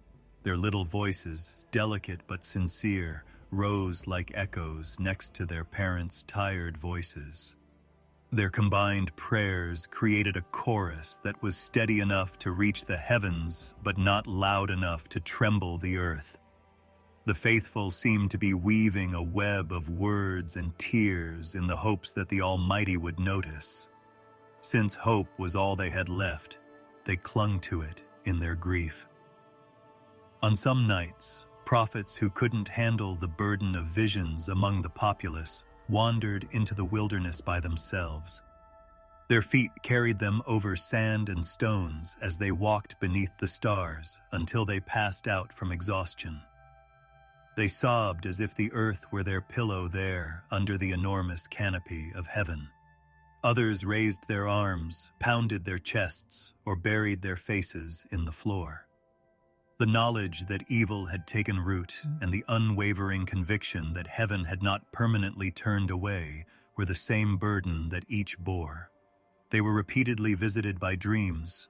In one, a prophet saw a huge tree with wide branches and deep roots, but worms were eating it from the inside out. In another, once clear rivers turned black, carrying children's cries with them. Nevertheless, occasionally, there were hints of Sadiki, lulvation, faint sparks of light in the dreams. A hand lifted against the chaos, a whisper of judgment, a figure clothed in brightness. The prophets were sustained by these ambiguous visions, which gave them hope that their tears were not in vain. The righteous prayed for more than just themselves. They prayed for the watchers who had abandoned their position and for the fallen angels. They questioned whether they could still receive mercy and whether even those who had wreaked such havoc could be forgiven. They yearned for redemption, for healing where there had been destruction, despite their fear of the giant's wrath. Even though they were burdened with grief, their compassion was broad and reflected the one they were calling upon. There were quiet nights. They would weep and receive no consolation, and pray and receive no response. Still, they went back to their knees.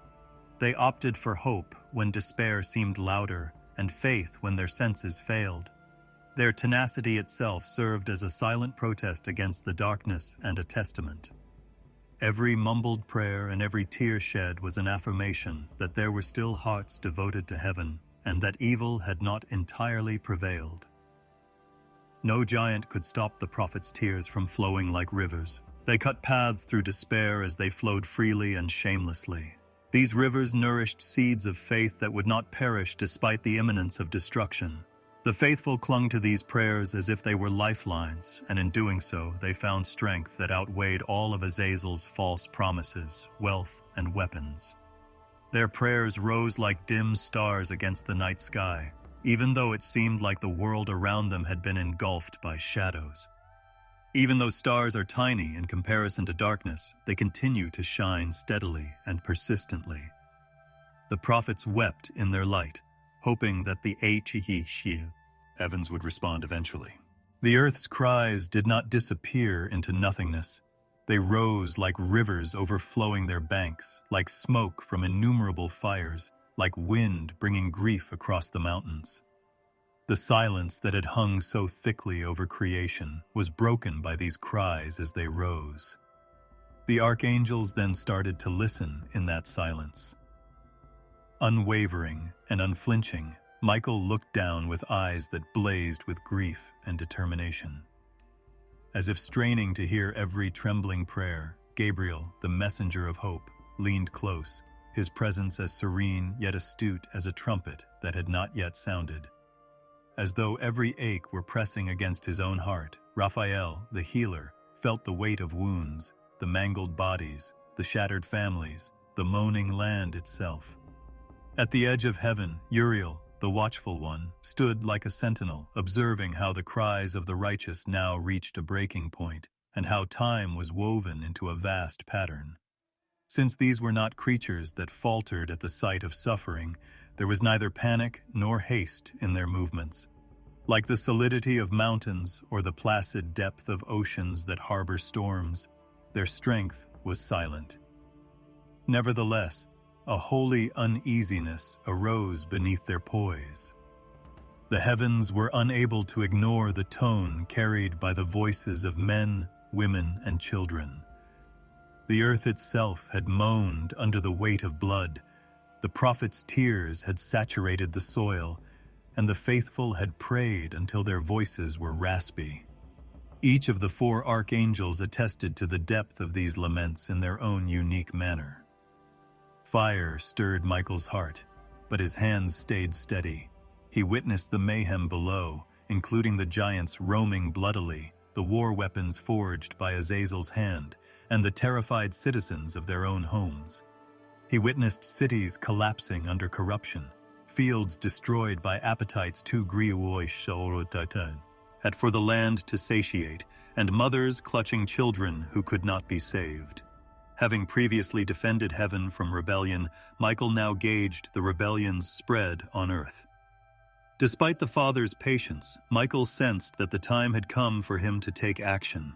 But instead of acting on his own initiative, he merely observed, silent but prepared. Gabriel leaned in to hear even the tiniest prayers. Gabriel sensed the trembling of individual voices where Michael saw the vastness of battle. He heard the elderly woman pleading for deliverance in a whisper as she was dying. He wondered if the heavens knew his name when he heard the bewildered cry of the child who had lost his family. He heard the tired and broken farmer weeping, not for himself, but for the land that had provided food for generations and now lay in ruins. Gabriel's presence was like a steady, non-blazing lamp in the night, ensuring that no voice, no matter how small, was lost. Raphael's eyes traveled across the landscape as well as into the wounds that people's bodies and souls bear. He experienced the aching emptiness of grief, the fever of rage, and the sickness of despair. He saw the wounds of violence, the poison of vanity, and the shuddering fear that spreads from one heart to another. He saw every tear as harm that needed to be healed, rather than just sadness. Although his spirit was inclined toward recovery, the illness was widespread and extended from the Watchers' corruption to their children's aggression. He realized that minor fixes were insufficient to fix what was damaged. It would take something more profound, a healing that went all the way to the earth's foundations. Uriel stood far away but close by, his gaze following the lengthy strands of fate.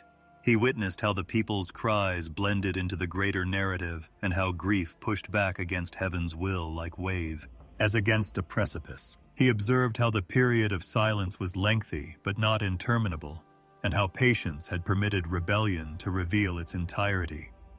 He also noticed how the faithful had not given up on their faith, and the rays of hope that were concealed in the shadows. Uriel's wisdom was heavy because he saw the shape of things to come in addition to the current cries.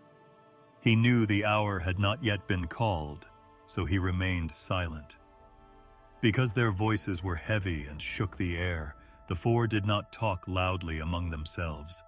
Like currents flowing beneath the surface of a deep sea, however, there was a still exchange between them. They recognized what they had seen, heard, and sensed stirring. They weren't cold to the grief, deaf to the cries, or blind to the pain. They carried it upward toward the throne from which justice flowed after every tear and every prayer had reached them. The sky appeared to be leaning in, watching. Silently burning stars now shone as if they were brighter, indicating that the cries of creation had not gone unheard.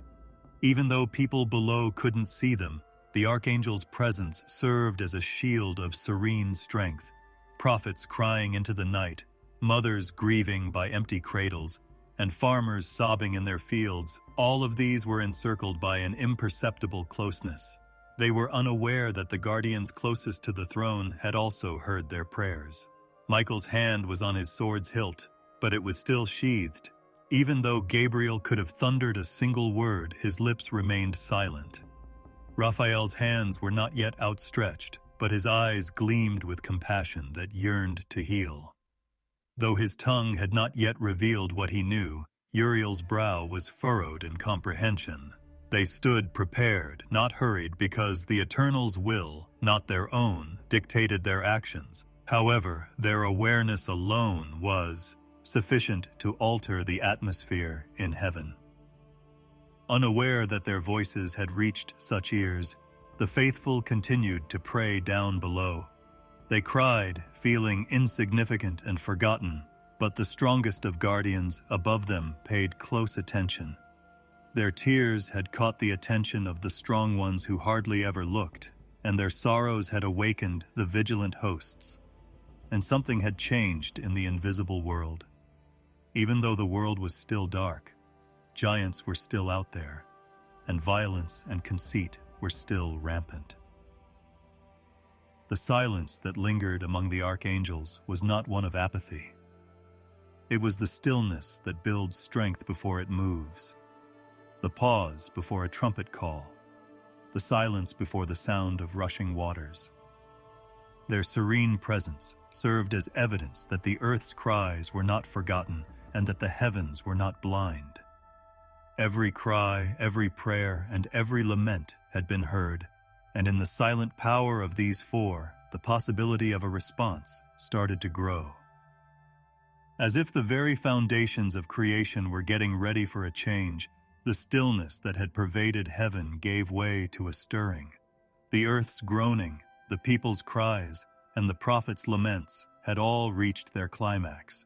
They rose like a great wave, bearing injustice, grief, and supplication into the presence of the Most High, rather than floating like faint whispers. The heavenly council assembled around his throne, where time has no power and light never goes out. The air itself seemed to tremble with reverence as the Eternal One was surrounded by thrones of brilliance and flame. The archangels were standing where they were supposed to be. Raphael was glowing with compassion, Gabriel was serene as a stream, Michael was steady as a mountain, and Uriel was vigilant with the depth of foresight. Innumerable other hosts, too numerous to count, stooped in, quiet, anticipating. The silence was one of expectation rather than emptiness, as if the breath were held in anticipation of a word that would alter everything. Because all of creation bowed its ear when the Eternal spoke after rising to speak. His voice was a sound that could reverberate into the very core of existence. It was neither thunder nor whisper. His words carried authority woven into the very fabric of everything that exists, so they didn't require force to be obeyed. And he gave the order that would change the destiny of both men and angels into the silence. Seabind the rebels. Despite its simplicity, the phrase had ageless weight. It was the time when patience reached its designated end, not just a command to fashion chains or to drop judgment. The Father had long permitted rebellion to bear fruit, to demonstrate what pride and desire would produce if they were not restrained. That fruit was now poisonous and bitter, destroying the harmony of creation and contaminating the land. He thus signaled the change with a word. The council shifted. Their eyes glowed with purpose and fire as the hosts who had bowed low raised their heads. Despite not speaking to one another, the archangel's expressions conveyed the seriousness of what had been said. Michael's hand moved involuntarily toward his sword in response to what had now been revealed, not because he was eager. Gabriel's lips pressed together as if they were getting ready to convey messages that would last forever.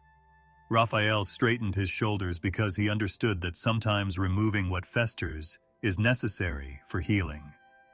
And Uriel's eyes widened as he anticipated the lasting effects this moment would have on history. The Eternal went on, his voice unstoppable like a river. He gave names to the watchers who had come down, those who had abandoned their heavenly property in order to seize something that was not right, fully theirs.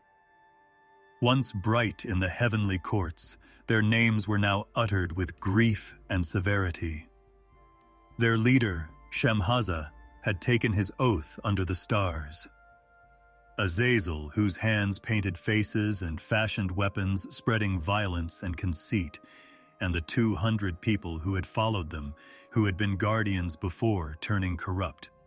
The order was for their removal from influence as well as for their restraint. Like pillars driven into the ground, the Eternal's words were unchangeable and unalterable. "Bind them," he repeated. that they may no longer corrupt my creation." Because they were designed to follow the voice of the one in charge, the angels who heard them felt that their very nature aligned with the decree. The heavenly council had met to testify to justice rather than to engage in debate. Nevertheless, there was no joy in the judgment within that solemn assembly, because these were their brethren who had once shone like stars but had now fallen into darkness like stones. The archangels were burdened with grief. Not only had the anguish of rebellion affected the earth, but it had also penetrated the very heart of heaven. Nevertheless, mercy was not blindness, and justice was not cruelty. The moment of reckoning had arrived, and the period of waiting was over. Michael had a steady fire in his eyes. He knew what it was like to face those who had turned away, because he was the warrior who had resisted the first uprising. His power was used to defend the order established by the Eternal, not for personal gain.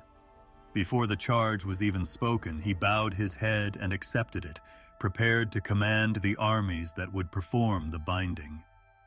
Gabriel, the herald, was erect, radiant but composed. His mission would be to proclaim rather than to fight. He carried within himself the announcements that heaven's patience had run out and the message that would seal the rebels' doom. He was a voice, and the assurance of truth was in his voice. Knowing the extent of the corruption's spread, Raphael's face was filled with sadness. He could feel the scars on the earth itself, the wounds the Watchers had made in the lives of men and women. He was aware, however, that sometimes recovery could not start until the infection was eradicated. The binding was the first step toward restoration as well as judgment. Ever vigilant, Uriel appeared to see beyond the present. He looked into unimagined ages, seeing how this deed would reverberate in future generations. He predicted the lessons that would be remembered, the flood that would remove the stain, and the cautions that would be recorded in the Bible. He also saw the promise that mercy would endure, even in the face of judgment. His eyes glowed with the dim light of what lay beyond, even though they were heavy with the weight of many sorrows. The council remained silent, each member expressing the seriousness of the situation that had been initiated.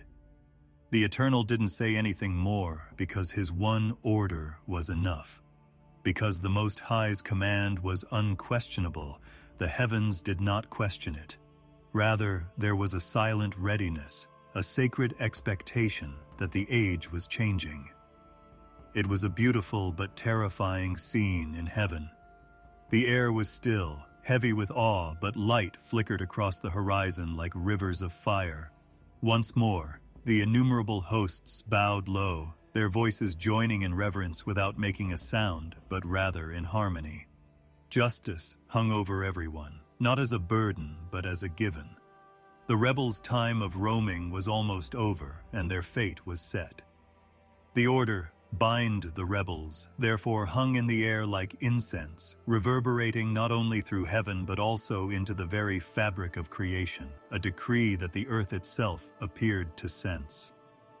Rivers subsided, mountains froze, and the stars glowed brighter. Nothing could stay the same because everything was aware that a change had been announced. What was said in eternity would soon be done in time, and the heavenly council had listened. Unaware that they were about to witness a scene unlike any other, the mountains stood in their ancient silence. The Watchers were being guided toward their predetermined destiny deep within the earth's shadows, beneath valleys where sunlight never reached. Men and women had once admired their brilliance, as they had once descended like stars, shining and glorious.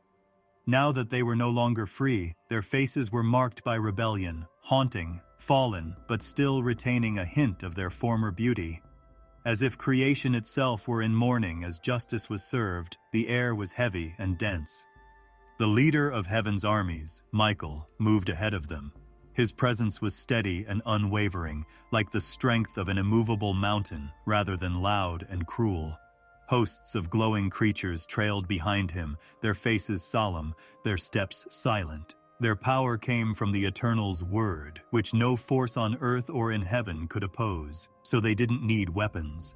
The Watchers fought, but all their efforts seemed in vain. Once feared and revered, their power was diminished to shaky hands, agitated eyes, and dejected murmurs that dissipated into the wind. They were taken one by one. Their resistance melted under the Eternal's command, so no blow was delivered and no war was fought. Instead of being bound with mortal-looking cords, they were bound together with chains made of light and shadow. These chains, which were cold to the touch but glowed dimly as though fire burned inside of them, served as a reminder that rebellion always ends in emptiness. These were not your typical bonds. They were permanent restraints designed to hold spirit rather than flesh. Once proud of humanity, the Watchers now gazed down and only at the ground that turned away from their footsteps. Among them stood the leader, Shemhaza. Under Hermon's stars, his eyes were once fierce and convinced, but now they were burdened with betrayal. The burden rested heavily on him, even though others had followed him after he had taken the oath and led the descent. He didn't yell or sob out loud. Instead, he remained silent, as if he understood that his decisions had already determined his fate. With each link serving as a reminder of the night he had vowed allegiance to rebellion, he lowered his head as the chains closed around him. Azazel was also taken into custody. His hands were stretched and bound with shackles that glinted against his waning light, hands that had once been raised to teach the art of war and the vanity of adornment. His once persuasive and charming voice broke into pieces. In an attempt to defend what had been done, he muttered something that no one could hear, but even he didn't seem to be convinced.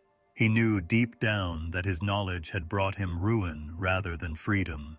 As if the Eternal himself had singled him out for judgment above all others, his chains were heavier than the others and glowed with an odd brilliance.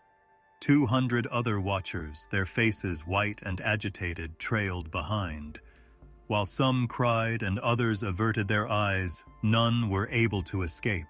Their wings, once vast and luminous, drooped under the weight of the unseen bonds.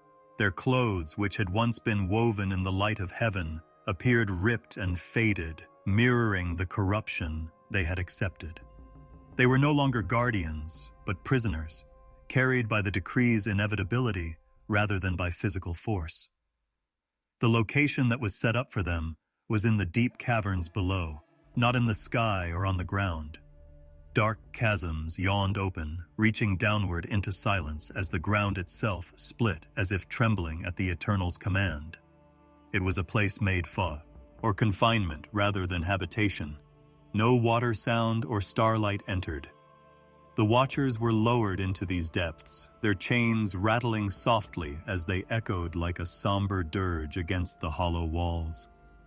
Like a storm that had already passed and only left the silent ruin in its wake, the imagery was both eerie and serene. Each link settled as if it had always been intended for this moment, and the chains whispered with finality rather than clattering violently.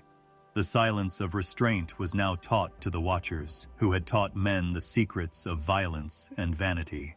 They, who had wreaked havoc on the world, were themselves motionless in the depths, unable to move a hand or utter a word that would change the decree. The angels who executed the sentence above were unfazed. They did not publicly mourn or celebrate. Since they understood that this was justice rather than cruelty, the inevitable result of rebellion, their faces only displayed the calm of obedience. Their eyes mirrored the gleam of chains that extended indefinitely into the darkness as they watched the remaining rebels being shackled. The caverns closed after the last chain was fastened, and there was a deep, uninterrupted silence once more. The stillness of the earth above returned. Rivers flowed, winds whispered across the valleys, and mountains stood as they had. A different stillness, however, one that was laden with restraint and a reminder that even angels could fall and be bound, predominated beneath those layers of stone and soil. Although the earth's inhabitants were blind to this moment, its consequences would reverberate throughout their lives. The shadows that had hovered over them started to fade, and the voices that had murmured forbidden knowledge were quieted. The memory of what the Watchers had done persisted, despite the chain's durability. Their binding would not take away the weapons they had taught, the conceit they had propagated, or the desires they had sparked. The seeds they had sown would still sprout. Although corruption did not cease with the Watchers' judgment, its source was sealed off. Heaven patiently awaited the appointed time to deal with what they had left behind among men. Nevertheless, the chains glowed dimly in the depths at that precise moment, resembling stars engulfed by gloom, serving as a reminder of once great creatures who had exchanged eternity for passion. Their brightness faded, but not gone. Their memories awoke but were muffled, and their disobedience was restrained until the last day of reckoning. And once again, the earth above was silent, as if creation itself had exhaled in relief at the realization that justice, which had been long overdue, had finally been served. Under the moon's silvery light, the sands of the endless desert glowed dimly. The world itself seemed to be holding its breath as the winds moved slowly across the dunes, bringing a hush with them.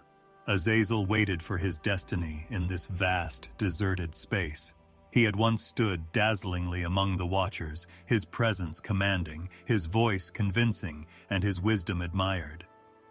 He was now by himself, surrounded by silence rather than admirers, the stillness of a desert that provided neither solace nor refuge. Raphael arrived with a quiet authority that was more powerful than any weapon, rather than the clamor of armies or the thunder of battle. His presence was calm yet firm, like the unwavering flame of a lamp that the wind cannot extinguish, and his footsteps left no trace in the sand. Raphael's light carried a different kind of strength where Azazel's had once shone. It was gentle but unwavering, full of the purity of the Eternal's command.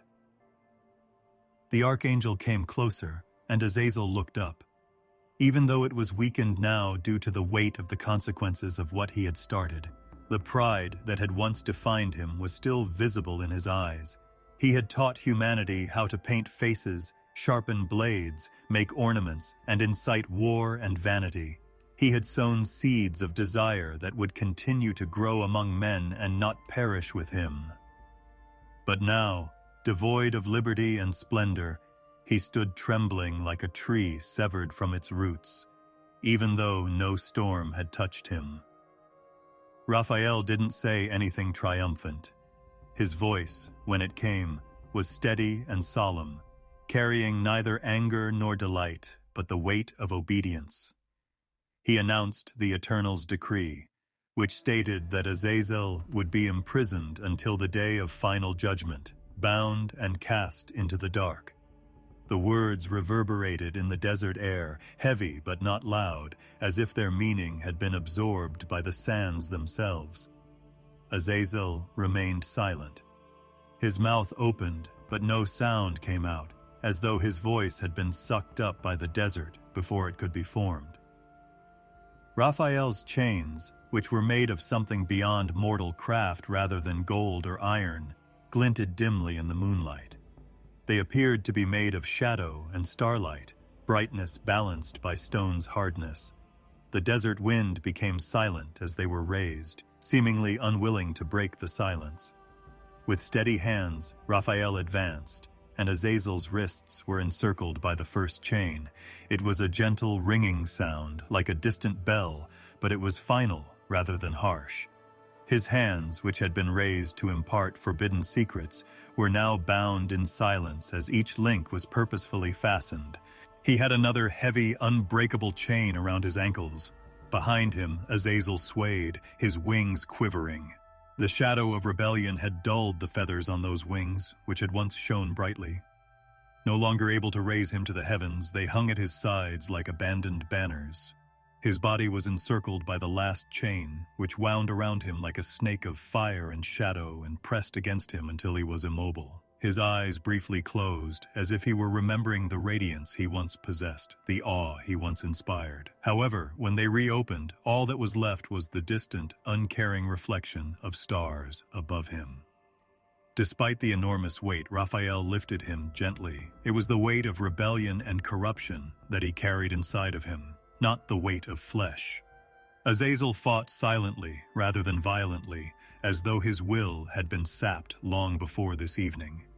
He was carried across the sands to a place where rock replaced the desert, a rocky cliff that plunged into a chasm that yawned like the earth's mouth. The depth of the darkness inside was greater than night, a pit that had never been illuminated by the sun or moon. Raphael lowered him there. The chain sank into the stone, tightening and glowing dimly. The ground itself appeared to tremble, enclosing him and sealing the pit as if it too wished to keep him confined. Azazel didn't let out a cry. There was no supplication. His quiet was more eerie than any protest could have been because it revealed the ultimate breakdown of a person who had once spoken with celestial charm. Above, the desert didn't change. The stars continued to watch in their ancient calm. The wind continued to whisper across the dunes, and the moon continued to cast its pale light. But Azazel lay shackled beneath the sands, his freedom gone, his light gone. He had taught humanity war and vanity, but how he only knew restraint and silence. His chains, a reminder of the demise of rebellion, glowed dimly in the darkness like unquenchable embers. What had happened beneath the stars that night was unknown to those who looked at them. They didn't hear the earth's last sigh as it closed, or the sound of chains being fastened. However, the desert and the heavens were aware, and the weight of justice served was felt in the silence. Instead of the cacophony of battle, Azazel's capture symbolized the silence of victory, the quiet after a protracted battle against corruption. Thus, one of heaven's brightest was shackled in the endless desert under a blanket of stars, unable to move or whisper. His memory was obscured by the sands, but his actions reverberated above, reverberating in the lives of those who had followed his example. Although his capture marked the end of his life, it also served as a reminder that the seeds he had sown would bear fruit, even though their sower was now silently resting beneath the earth. For a brief moment, the world seemed weightless as the desert winds subsided, as though time had paused to observe what was happening. Once robed in brilliance, Azazel stood bound in the chains Raphael had fastened to him. His silence was heavier than any cry could have been, so he no longer struggled. He was carried by the archangel to the abyss's edge, where rocky cliffs replaced the sand. Below, the pit extended as a cavern that appeared to engulf even the light from the stars above, rather than just being a hole in the ground. It was more than just rock and earth. It was a chasm that reached into something deeper, beyond time, beyond the cycle of day and night, and no mortal eye could have measured its depth. As Raphael got closer to the edge, the temperature dropped.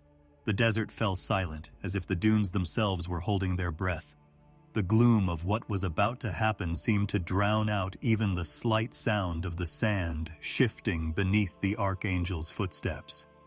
Instead of roaring or screaming, the pit waited quietly, its darkness wide and forgiving, ready to contain whatever the heavens demanded. With his face white in the starlight, Azazel stared into it. His eyes, which had once been filled with wisdom and conviction, now reflected nothing but emptiness, as though he were already falling. Raphael lowered him into the abyss with steady hands. There was only the silent descent of a spirit devoid of pride, no struggle, no resistance. As Azazel was carried downward, the faint glow of the chains created a pale light against the stone walls. The cold glow served as a reminder of judgment rendered with finality rather than warmth. Gradually, the silhouette of the fallen watcher vanished into the abyss until not even the shimmer of his chains could be seen. The closing followed. As though the stone itself were in mourning, the earth moaned, softly at first, then more deeply. Deliberately slowly, rock slid into position above the pit, sealing its mouth. Eternity doesn't require hurry, so it wasn't rushed. Under the pale desert moon, every movement of the stone sounded like a tolling bell, steady and final, until the opening vanished and nothing was left but smooth rock. The ensuing silence was immense. Even the wind was afraid to rise. A figure shackled in darkness lay beneath the still world above, waiting for the day when everything would be revealed. There was no light in that pit. Even the slight glow from Azazel's chains was inconsolable. All it did was mark him, a silent reminder that he had been bound and would never be forgotten. The air felt heavy, as if mountains were pressing down on him. There was no sun to rise, no moon to set, just the unbroken silence of eternal night, and time went by without measurement. He listened, but there were no whispers or voices, and even the sound of his own thoughts didn't seem to be heard. He had never experienced such a profound silence. He had once roamed freely among the stars. His words had once changed the hearts of many. Now his wings, heavy with dust, lay useless against the cold stone, and the pit swallowed his voice. Though memory is a harsh companion in a dark place, he was able to recall the glistening splendor of creation and the radiance of the heavens prior to his fall. In his mind, images flickered dimly before vanishing into the unending blackness. The silence remained, encircling him like a cloak and growing closer with each second that went by. The desert continued above, oblivious to what was below. Softly glowing as though nothing had changed, the stars carried on with their patient journeys. Sand grains were carried from one crest to another by the wind as it brushed across the dunes. Centuries later, travelers might have crossed the land and rested under the moon, unaware that someone who had once changed the course of history lay beneath their feet, chained in silence. The pit had turned into a sealed, unseen, and mostly forgotten wound in the ground. Heaven, however, did not forget. Azazel's confinement was a form of containment rather than merely punishment. His propagation of corruption continued to reverberate in men's hearts, in their wars, in their idols, and in their insatiable desire for more. The source, however, was confined. Though its sower was shackled and unable to move among the living, the seed of rebellion had been sown. Since the world would have drowned even more quickly in his knowledge of ruin, his silence was both a sign of mercy and a judgment.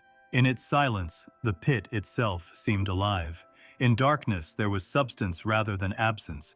It was viscous and thick, like water that was impossible to swim through. There was no space for movement or escape as it pressed down on him and permeated every area. Faint tremors occasionally shook the stone, like distant thunder echoes, but they soon subsided and only served to highlight his distance from the living sky. The only companion in this unending silence was waiting for the day when the seal would be broken and everything would once again stand before the eternal, when judgment would be final. Above the earth, centuries rolled by. Generations came and went, their cries and laughter swept away by the winds, never making it to the pit where Azazel lay. The stones of empires sank back into the ground as they were established, grew, and then fell into dust. Time, however, did not pass in seasons or years in the abyss. It was a single, uninterrupted night without dawn. The sheer enormity of eternity melted Azazel's pride, and he stayed where he had been put, chained and silent. If not a mirror, what is silence? He saw himself reflected in that abyss, not in light, but in absence. Though the air was silent, every decision he made, every rumor of knowledge that was forbidden, and every glimmer of conceit and war that he had sparked, all came back to him. Truth is amplified by silence, and in that never-ending night, he had no voice to drown out his own and nowhere to turn. He was unable to reverse the effects of what had been done or come to the surface to speak once more. All he could do was wait until the day the heavens themselves shook, buried in silence, his fate sealed. Below, Azazel bore the weight of an uninterrupted night while the desert above moved on. A prison of silence carved out of eternity itself, the pit had become his world. His light was. Others called out to their angelic fathers, the Watchers, who were likewise shackled and unable to respond. They raised their voices to the sky, but there was no response. In the villages that were once overtaken by them, mothers cradled their children while the ground shook from the cries of the giants. Both fear and sympathy were felt by farmers who had lost their fields to these creatures' insatiable hunger. They cried like a child lost in the night, but witnessing a giant fall was like witnessing a mountain collapse. Despite being powerful beings, they ultimately wept, just like all other creatures do when the shadow of death descends upon them. The decree was resisted by a few Nephilim. As though to resist the hand pressing down on them, they lifted their enormous arms toward the sky. Furiously, they pounded the ground, creating craters in the ground with their fists. However, what had been decided could not be undone by the wrath of giants. The mountains themselves appeared to shudder under their weight as the storms approached and the waters gathered. Their defiant voices broke into sobs one by one, their strength dissolving like dust blown by the wind. Others bowed their heads and accepted the quiet of heaven.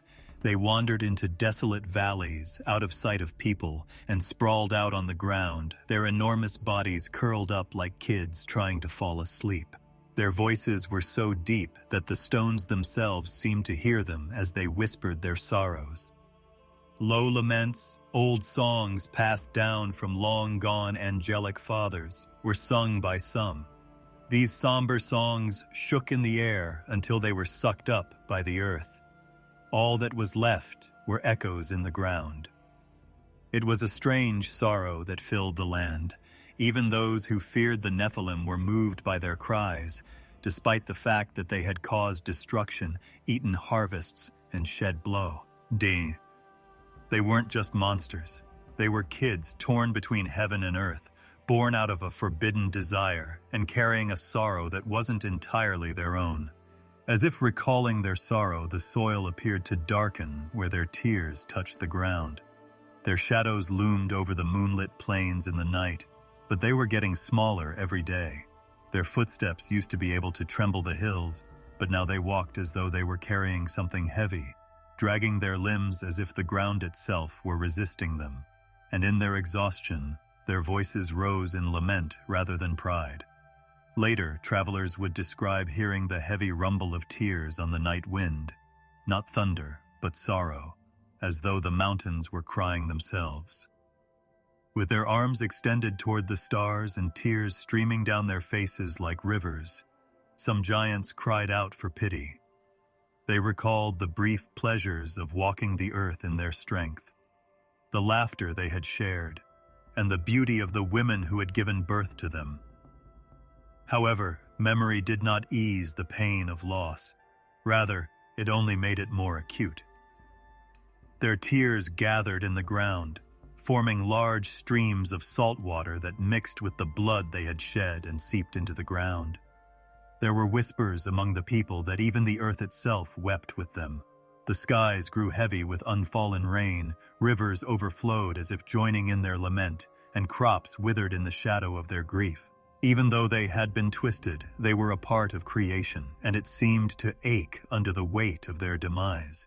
Their fall was a wound to the world, not just to them. Nevertheless, their demise was inevitable. Heaven's decree had already decided their fate, and no amount of grief could change it. Silence engulfed their tears as they rose into the night and spread out like a dark canopy. The earth shook where their great forms fell, then became motionless as though it were closing its eyes in grief. The mountains guarded the memory of their sorrow, and the valleys that had trembled with their footsteps were now quiet. Once the earth's roar, the Nephilim became its silence. Only the soil held their tears, and only the stones held their cries. The world went on, but the faint echoes of their tears lingered on the ground like shadows left behind long after the light had gone out. There was occasionally a strange heaviness in the air, as if the ground itself remembered for those who walked the valleys in later times. Their grief had crept into the earth's bones, a lament inscribed with the silence that remained instead of words. The soft moonlight and strewn stars in the once gentle skies started to change. First there was a silence, the kind that precedes a storm, when the trees appear to hold their breath and even the animals become quiet. Then the sky was suffocated by a vast, unending canopy of clouds that grew thicker.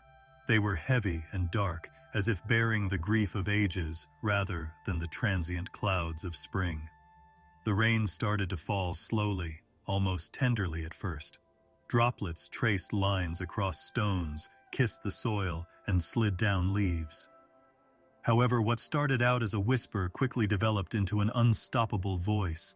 As though the sky were disintegrating, the heavens parted and the waters poured down. The weight was too much for the already wet ground to support. Rivers surged up, engulfing their banks and carrying branches and pieces of the earth in their raging flow. Streams became torrents, valleys that the once supported peaceful fields became teeming with rushing waters, and the earth shook under the weight of its purification. Mist clung to the peaks of the towering, proud mountains, which appeared to disappear into the never-ending curtain of rain. With hands raised in frantic cries, people gazed up at the sky in shock, but the storm's noise overpowered their voices. Their once powerful forms staggered in bewilderment as the waters tugged at their feet, and in the distance the cries of the Nephilim blended with the thunder. Their enormous size, which had once been their pride, turned into their downfall as the earth that had supported them now turned against them. Their arms banged against the waves as they flailed against the torrents, their roars drowned out by the unrelenting rain. While some clung to cliffs, trees, or anything else that might shield them from the escalating flood, the waters rose unabated, consuming the tallest branches and engulfing hilltops. There was both fear and grief for the earth's inhabitants.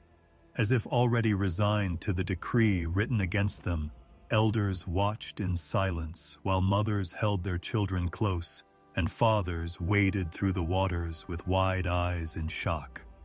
Rain fell continuously, day and night, a curtain separating the present from the past. There was only the sound of thundering skies and rushing waters in the place where voices, laughter, and song had once resounded. The flood's hand was felt by animals as well. Flocks of birds, their wings weighed down by the rain, circled in a desperate attempt to find safety. As the waters crept upward, field beasts ascended higher ground, huddled together in terror, eyes gleaming in the gloom. As trunks swayed and roots were ripped from the soil by the ferocious currents, the forests themselves appeared to weep. The rising tide undid creation in its entirety and stripped it to bare. Nevertheless, there was an odd serenity in the middle of the ruin. As if they had always known their way, the waters flowed in a steady, sure rhythm. Even though there were an infinite number of raindrops, they all contributed to a silent and expansive goal. Not only was the earth being destroyed, but the tide was also washing it, cleaning its wounds and softening its scars. Streams now carried the blood away from where it had seeped into the ground. The storm cleared the air where sadness had hung heavy. It was a flood that was merciful and fearsome, gentle and fierce. Their great voices could still be heard faintly over the storm on the mountain slopes, where the last of the giants battled against their fate. However, despite their strength, they were unable to resist the waters. They stumbled, fell, and disappeared under the flood, the deep engulfing their shadows. In a matter of seconds, what had appeared indestructible, even eternal, vanished. Before the decree of the tide of heaven, the Nephilim's strength was nothing. Because the rain never stopped and the skies never cleared, night and day merged into one. Time itself appeared to vanish, as though the entire world had been encased in a dream in which nothing was left but water. Cities vanished without a trace. Forests lay beneath the shifting surface, and mountains vanished beneath the waves. Piece by piece, the earth was disassembled until there was nothing left but a huge, limitless sea. The waters were not raging aimlessly. They took action to purify what had been tainted and to cover what had been defiled. Mother's grief, the blood of the defenseless, and the cries of sorrow all seemed to blend with the storm and be carried away into silence. In addition to marking the end of an era, the flood signified the return to peace, quiet, and innocence. because the earth was concealed beneath the endless waves, as though it were covered in a thick layer of dark, profound sleep. The ark sailed above this sea of judgment. Constructed with perseverance and led by an invisible hand, it served as a ray of hope amid gloom.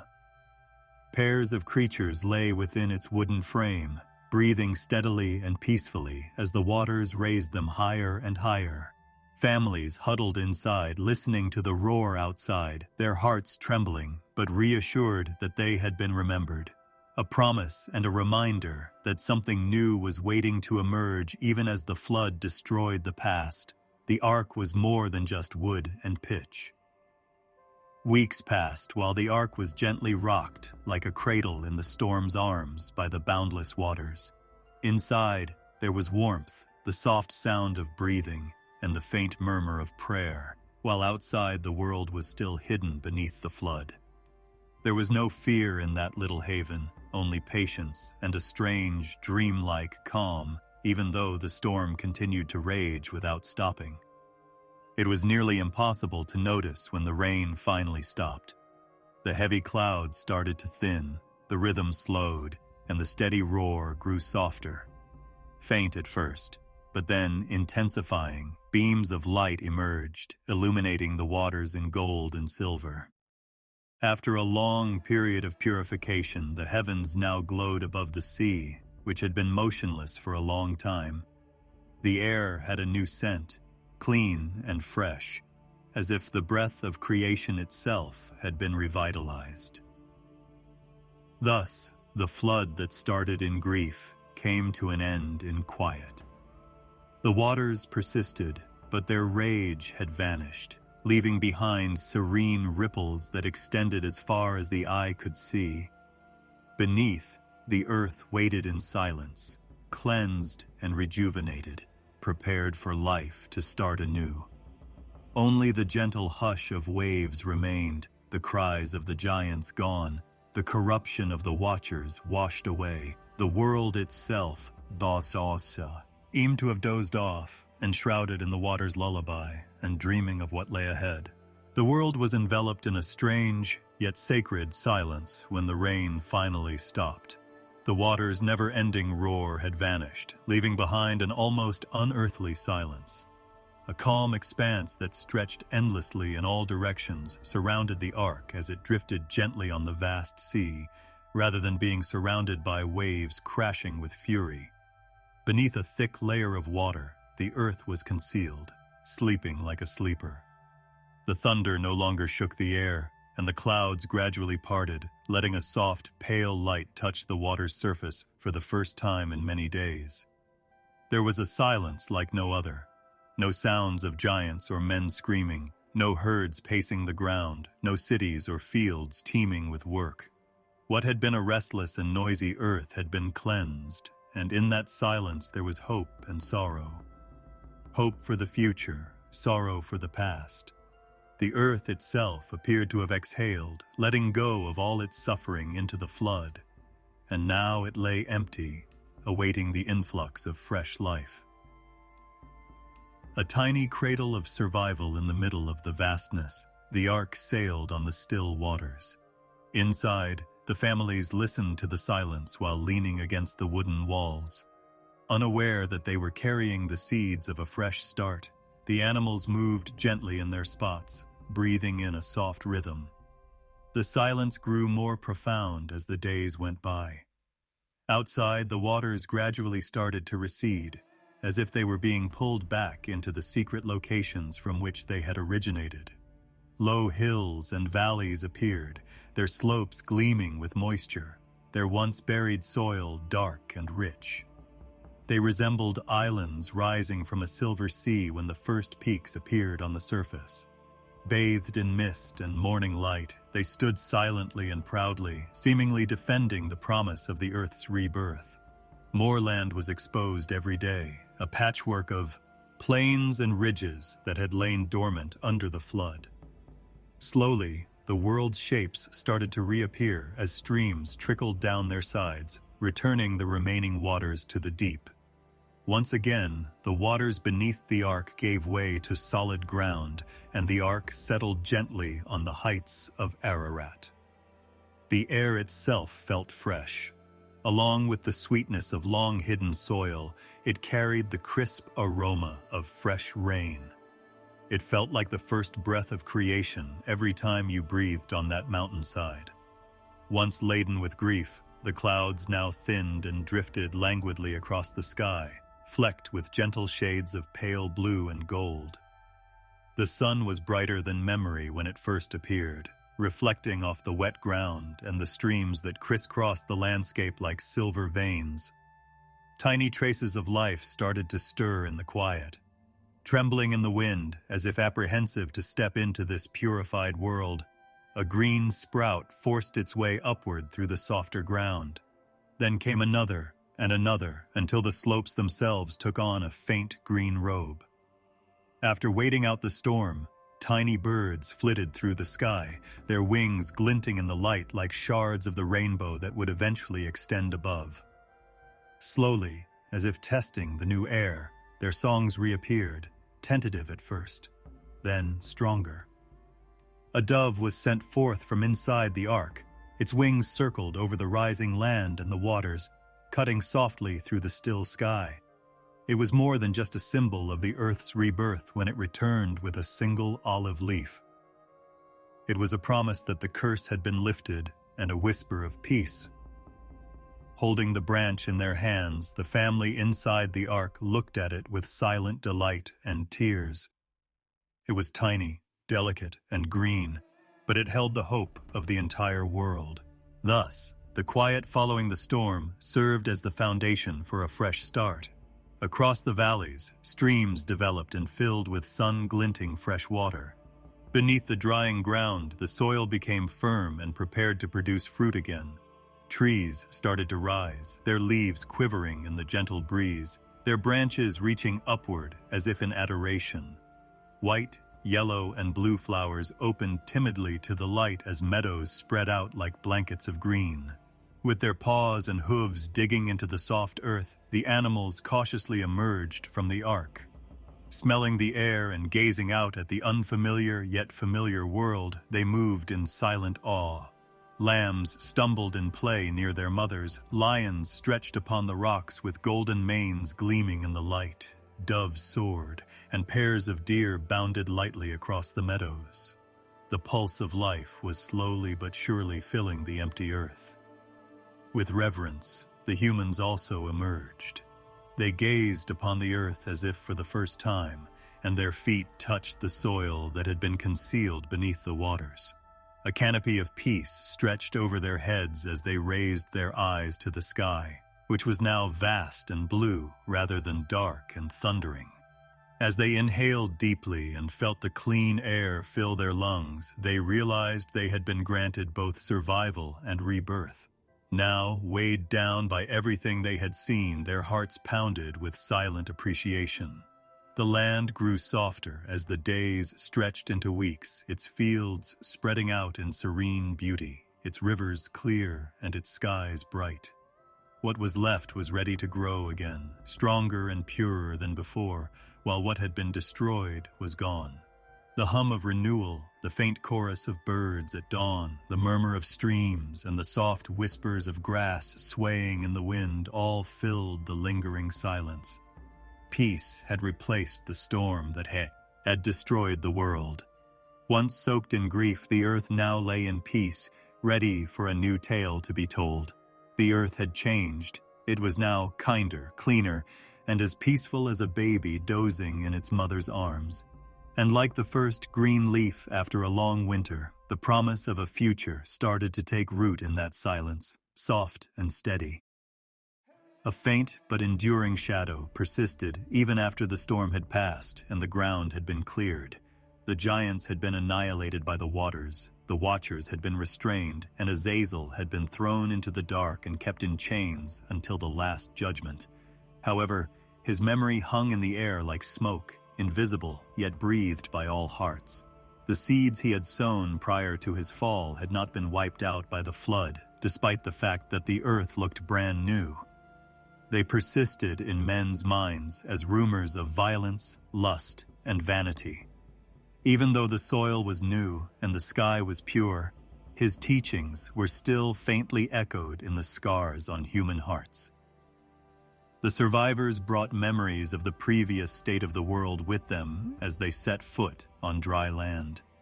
They recalled the arrogance of men who believed they were gods, the pride of kings, and the giants who drained rivers and trampled fields.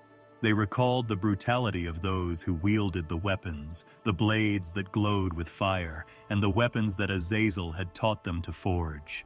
Those memories did not disappear with the waters, even though the earth had been purified.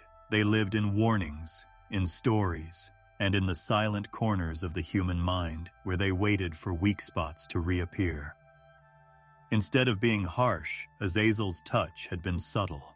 In addition to teaching people how to forge swords and paint eyes, he had imparted knowledge of the restless desire that nothing could satiate and the hunger for more.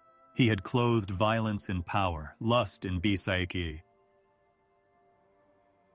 beauty and vanity in silk. Once learned, these things were difficult to forget. Men recalled the pride of appearance when they gazed at their reflection in still water. They recalled the attraction of weapons when they first saw the sparks of iron hitting stone. They recalled the forbidden arts of desire when they looked longingly upon another. Even though his chains kept him immobile in the dark desert, his rebellion continued to reverberate throughout humanity. Not even the children born into this new earth were immune. Their parents told them stories about a time when angels roamed the earth, even though they had never seen the fallen ones or felt the tremors of the giants' footsteps. There was awe and caution in the stories, but there was also an odd fascination. How could a child not wonder about beings of light that came down from the sky?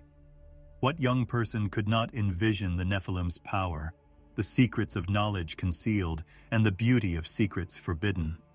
The memory of Azazel stirred through the doorway that curiosity itself became. It was subtle at first. A man felt pride rise in his chest as he gazed at his reflection in the water for too long. A woman noticed that eyes were following her more intently as she picked a flower and twined it in her hair. A boy shaped a stick into a weapon and swung it joyfully, as if power itself were a source of significance. Although the seeds of sin were sown long ago, none of these actions carried the weight of sin in and of themselves. Vanity whispered, "You are better than others." Lust whispered, "Take what you want." Violence whispered, "If you reach for it, you can have power." The voices were small, but they echoed the lessons learned by the confined watcher. The most vulnerable times were at night.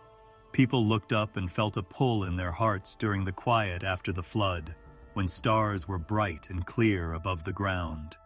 The memory of the angel's descent stirred like a deep-seated desire, and the heavens appeared to be wide and alive. Some pondered whether they might come back and whether there was more information out there. Strange and colorful dreams arrived, bearing images of creatures with fire-like eyes, river-like voices, and enormous gleaming wings.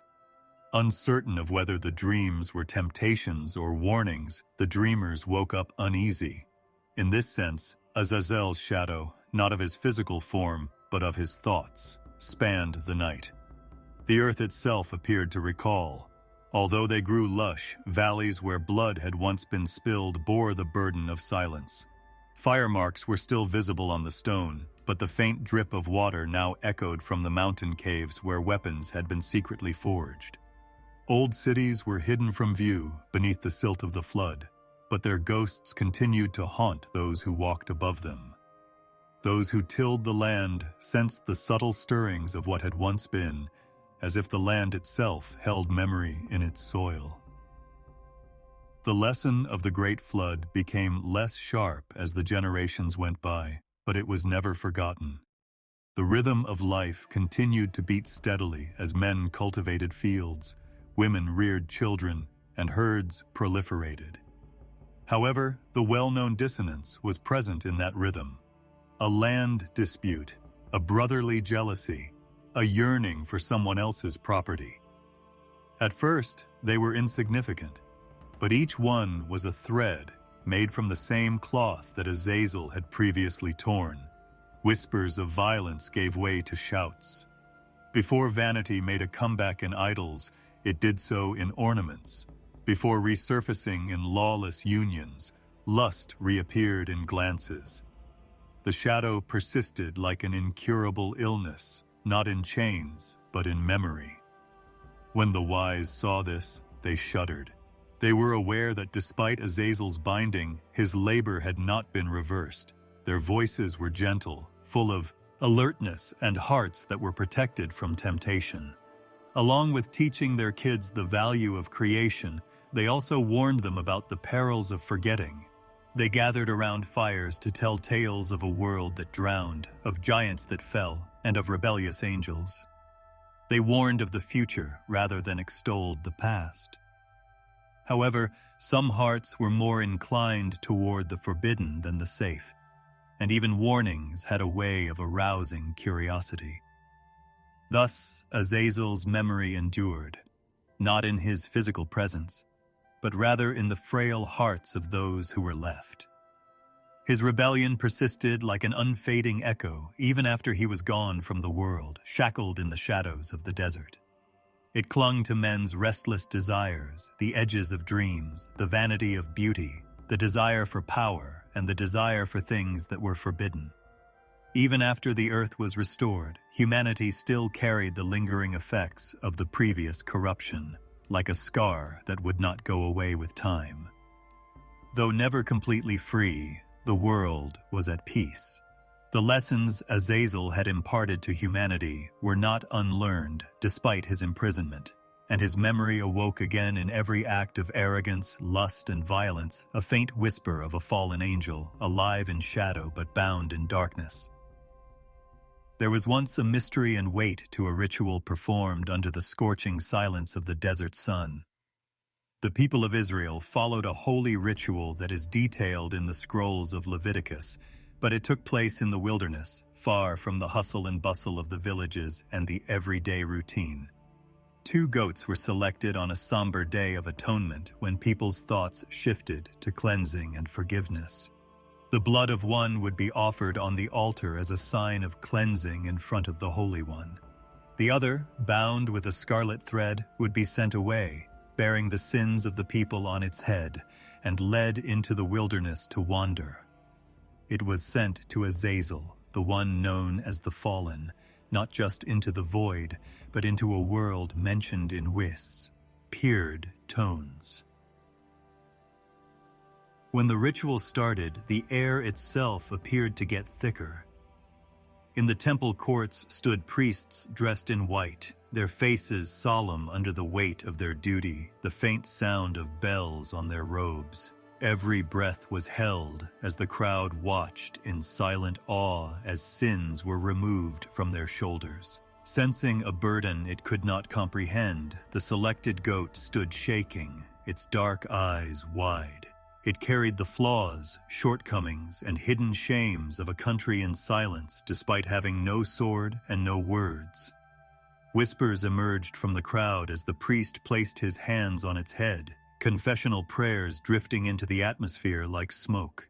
The animal was covered with every heart, secret, and hidden shadow, and for a brief time it served as a vessel for every weakness that men were unable to overcome.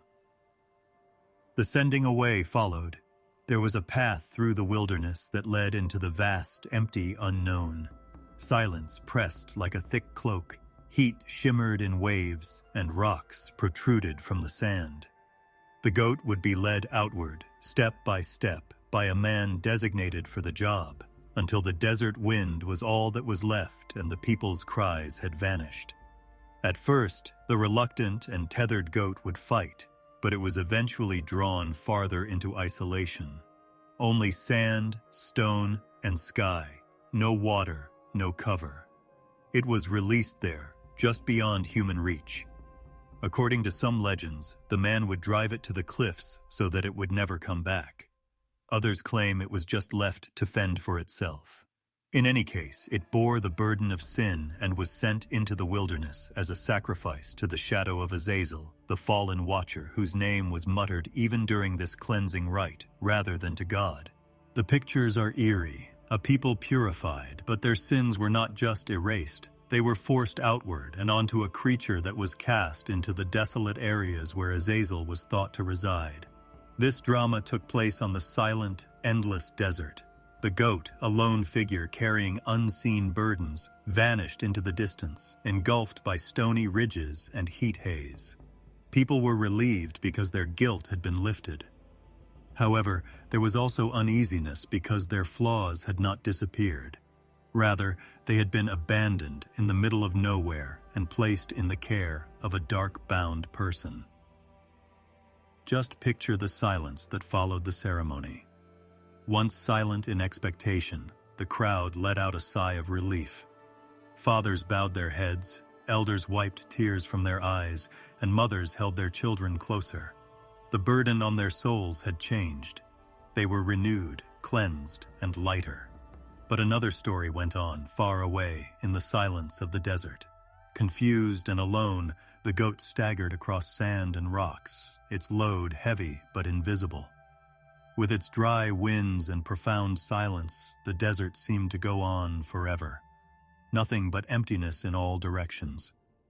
And somewhere, out of sight, Azazel's memory remained, shackled but not forgotten, his name inextricably linked to this eerie deed. The ritual was more than just symbolic to those who lived through it. It served as a reminder that sin was heavy, real, and needed to be eliminated. It served as a reminder that there was a face to rebellion, one that was bound away from them but not forgotten. It served as a reminder that even though heaven had bound the fallen, people still needed to be cleansed annually and had to find a way to let go of their attachments. It seemed as though the people were confronted with Azazel's shadow, the cost of rebellion, and their guilt was banished to a place of desolation every time the goat ventured into the wilderness. One could picture that goat wandering beneath the stars at night when the desert was cool and the stars were bright, its hoofs crunching on stone and its breath rising in thin clouds. It carried the weight of thousands of voices, thousands of failures, and thousands of airborne confessions when left alone. Its loneliness reflected Azazel's own, who was imprisoned in a dark place, cut off from heaven and the beauty he had known. However, the goat was mortal, in contrast to the angel in chains. Its body would eventually return to the dust as it stumbled, weakened, and fell. The people would once again be free as the sins it carried dispersed into the winds of the wilderness. Freedom, however, was not permanent. The custom reappeared every year. A trembling creature was slathered with fresh sins every year. Another goat disappeared into the silence of the desert every year. And in this rhythm, humanity recalled that despite being invisible, Azazel's shadow still existed. The ritual was not about worshiping the fallen. It was not that the goat confronted him directly in the desert.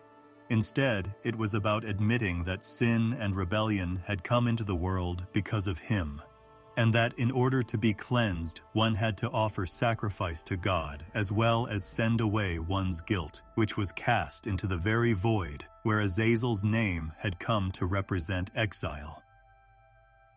The memory seemed to be in the desert itself. Its silence was heavy rather than empty, as if it had witnessed innumerable goats wandering along its paths, each one bearing unseen burdens and serving as a reminder of how weak humans are. The memory persisted despite shifting sand dunes, weathered rocks, and howling winds. The echo of long-performed rituals in the presence of an ancient weight were almost palpable to those who ventured through the wilderness. The scapegoat was a story woven into the very fabric of the land, not just an animal. Thus, the rite went on, interlacing the memories of Azazel, the desert's quiet, and human lives. Every goat served as a messenger of human frailty, carrying away what men could not stand and approaching a shadow they were afraid to approach.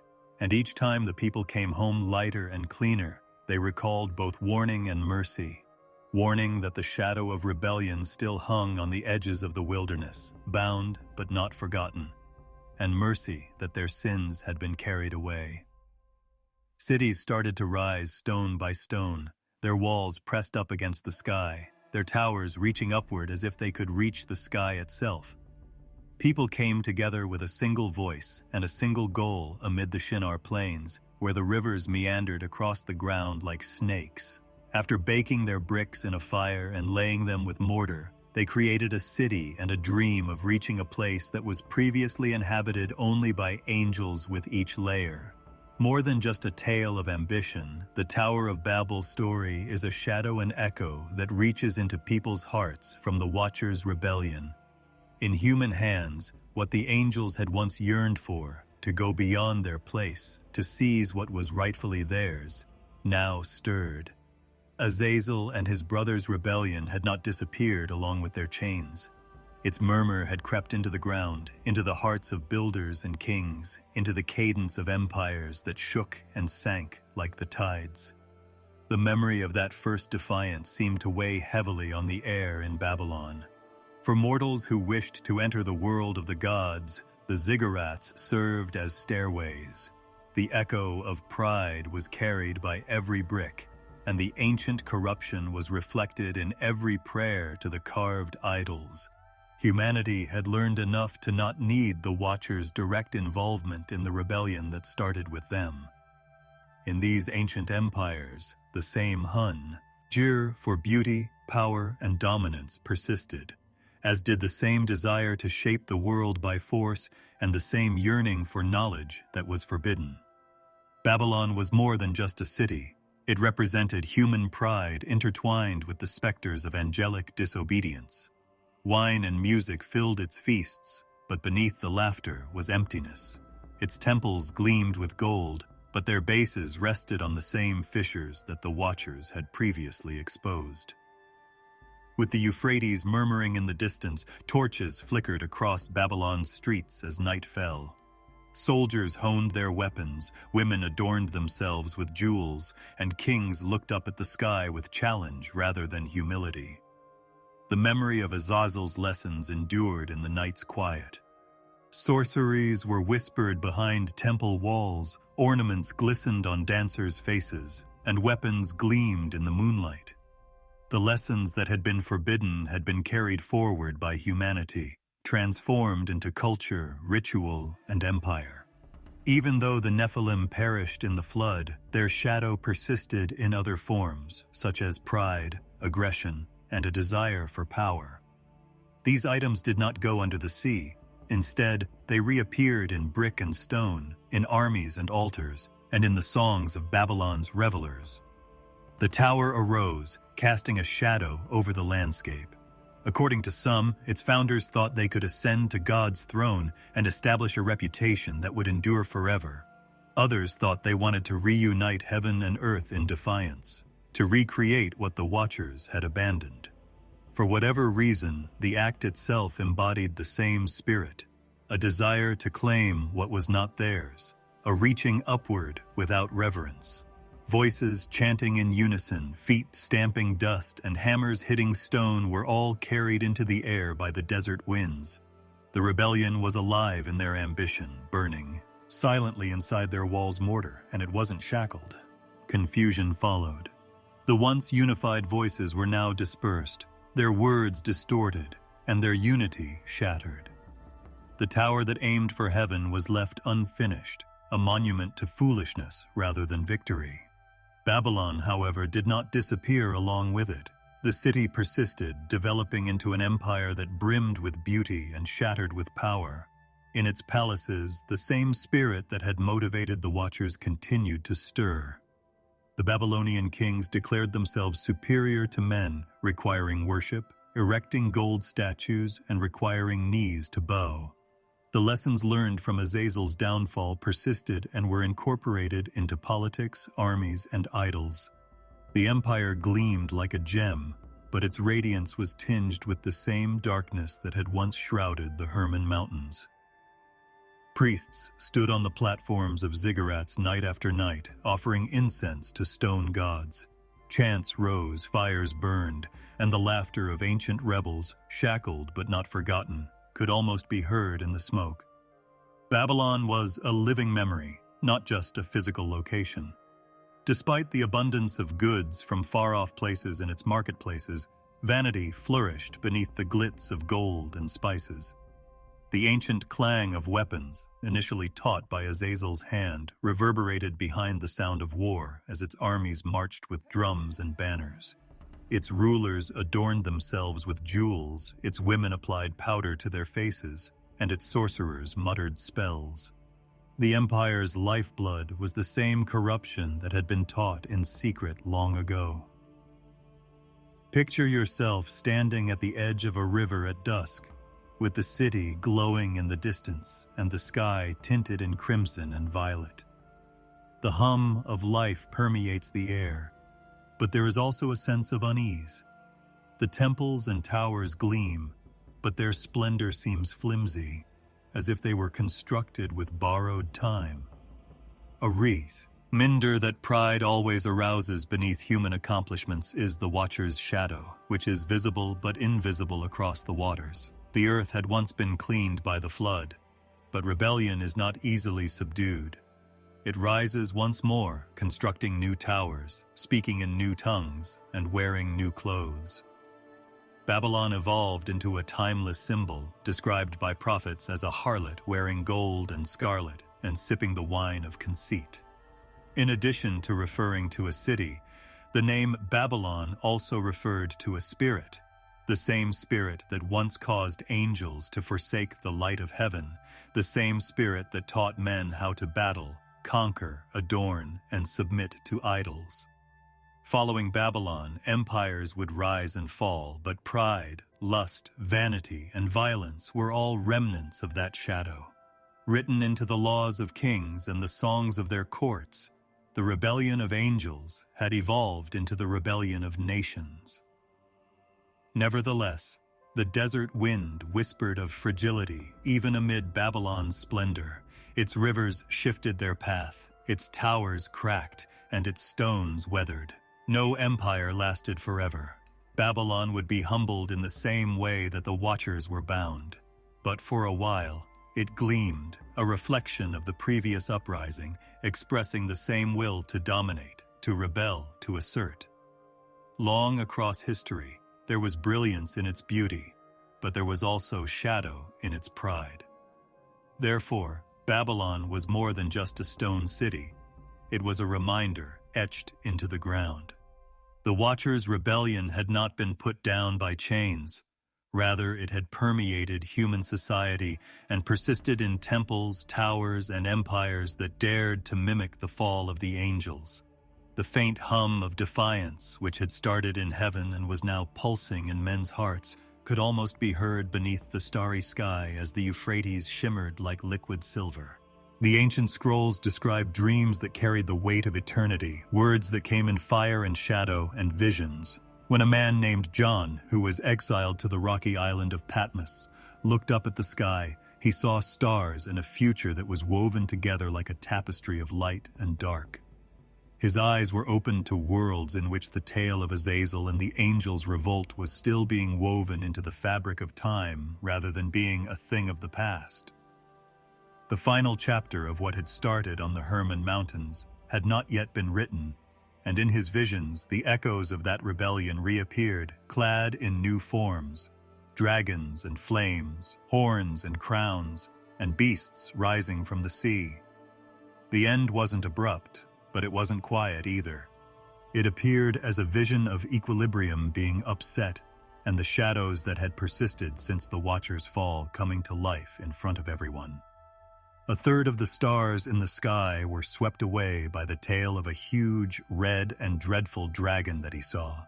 This gentle yet ominous image evoked the memory of angels being cast down and descending through the night like flames. The rebellion had left the heavens scarred and no longer untouched. A beast with heads and horns, wearing crowns as if to mock the thrones of heaven, rose up from the sea, according to John's account. Blasphemy, defiance of the Most High, was written on each head. Azazel's pride echoed in its roar, and the corruption that had once taught men how to fight was reflected in its strength. This beast carried the spirit of the Nephilim where they had walked.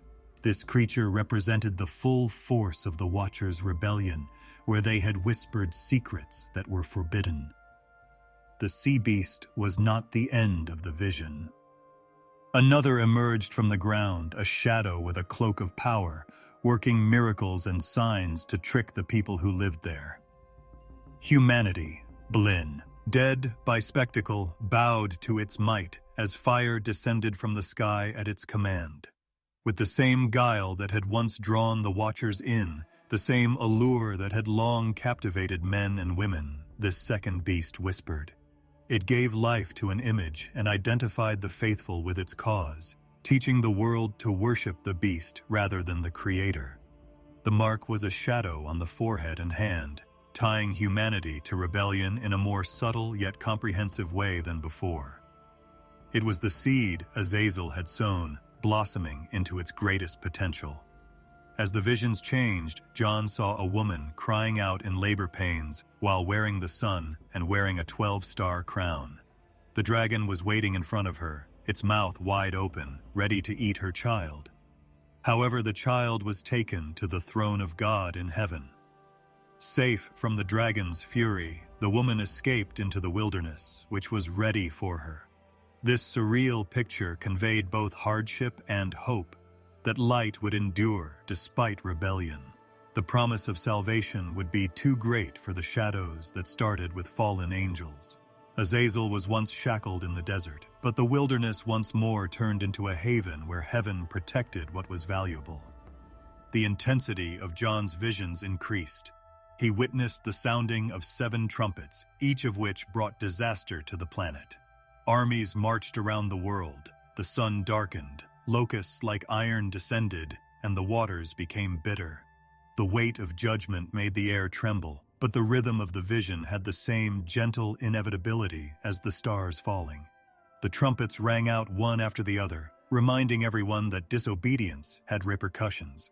The cries of nations rose, shattered by the sound of trumpets, just as the cries of mothers had once reached heaven during the time of the Nephilim. However, this was cleansing, not cruelty. The world had once been swept away by the flood.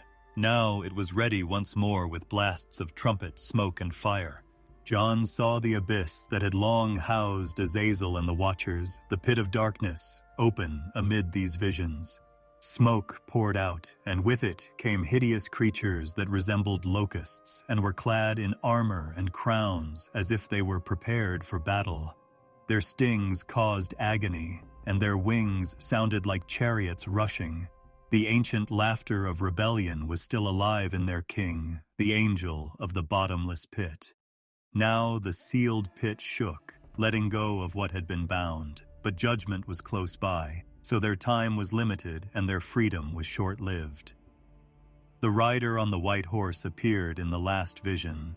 His name was the Word of God, and his robe was dripping with blood. White-clad, horse-drawn armies of heaven followed him, their presence calm but unstoppable. He struck the nations with a sharp sword from his mouth, and the words, King of Kings and Lord of Lords, were inscribed on his robe. This was the solution to the uprising and the end of the echoes that had started with Azazel. No dragon, no beast, and no shadow could stand against this rider. The pride of kings, the whispers of fallen angels, and the false thrones of Babylon were all bowed before him. With light and silence, the visions came to an end. The old shadows disappeared, the sea disappeared, and a new heaven and earth emerged. As the holy city came down, its streets of gold were as clear as glass, and it shone like crystal. Trees bearing fruit in every season, leaves for the healing of nations, the river of life flowing from the throne. Because God himself was its light, there was no temple inside. The uprising was over. This vision of perpetual peace served as the conclusion to the tale that started with the Watchers, Azazel, chains, and shadows.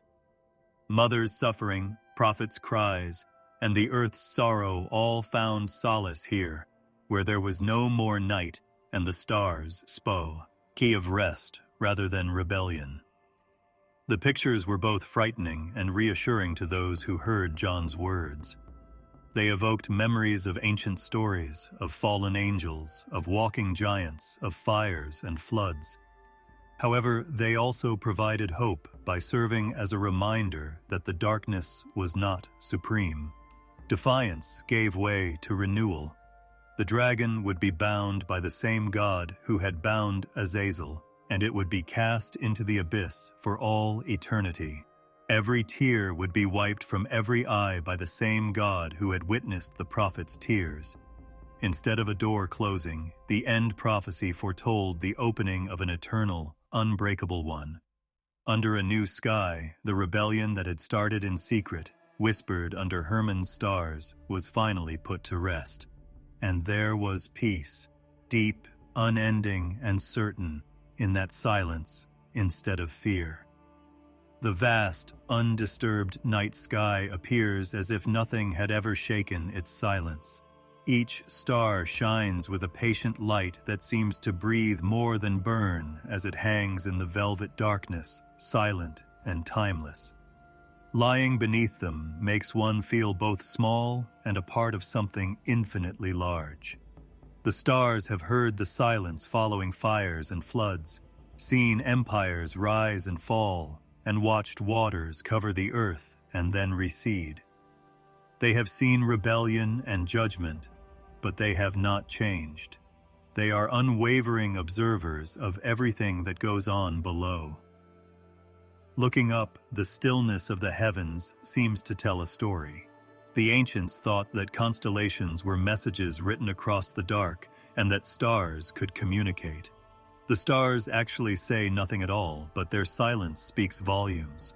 The bright forms of the watchers have fallen across the sky like comets, and they have seen them descend to the mountains of Hermon.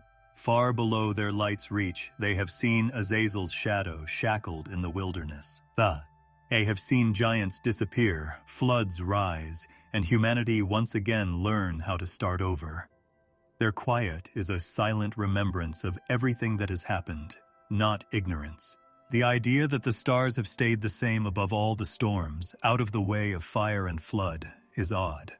Men have gazed up at the same constellations for generations, finding wonder, fear, and solace in them. Poets wrapped their desire in their glow, shepherds found their way beneath them, and sailors plotted their journeys by them. The stars, which are symbols of mystery too profound for words, were used as a backdrop by prophets when they talked about visions and angels. Therefore, the stars are both old and new, as timeless as eternity and yet new to every set of eyes that sees them. Imagine a desert night with a gentle wind blowing over the dunes and sand that has cooled from the day's heat. Above, strewn like jewels across the sky, the stars shine brighter than any lamp or torch. Even though the towers have fallen, the same stars that once dominated Babylon continue to shine. Unaffected by the clamor of armies or the arrogance of monarchs, the same stars that saw empires rise also saw them fall. Time seems to move more slowly in their presence, as if it were measured in ages rather than hours or days. They serve as a reminder that history is but a fleeting ripple under their everlasting light, even in the midst of storms and shadows. Under such skies, the tale of Azazel, the watchers, giants, and floods appears almost precarious. Nevertheless, the stars were present and watched the first uprising take place. The stars were the first to reflect the angel's descent, glistening and dreadful. The stars were silent witnesses as humanity cried under the weight of violence. Their quiet is the patience of eternity, not apathy. They persevere because they have to, so that everyone below them can remember that light endures even in the midst of a trembling world. Their rhythm has a reassuring quality. Like a never-ending, leisurely clock, the stars rise and set, and the constellations change subtly with the seasons. For the people who came before us, this rhythm served as a calendar, a reminder of the seasons of planting and harvesting. The stars, however, remind us of something older than time itself on deeper nights when the world is quiet and the air is cool.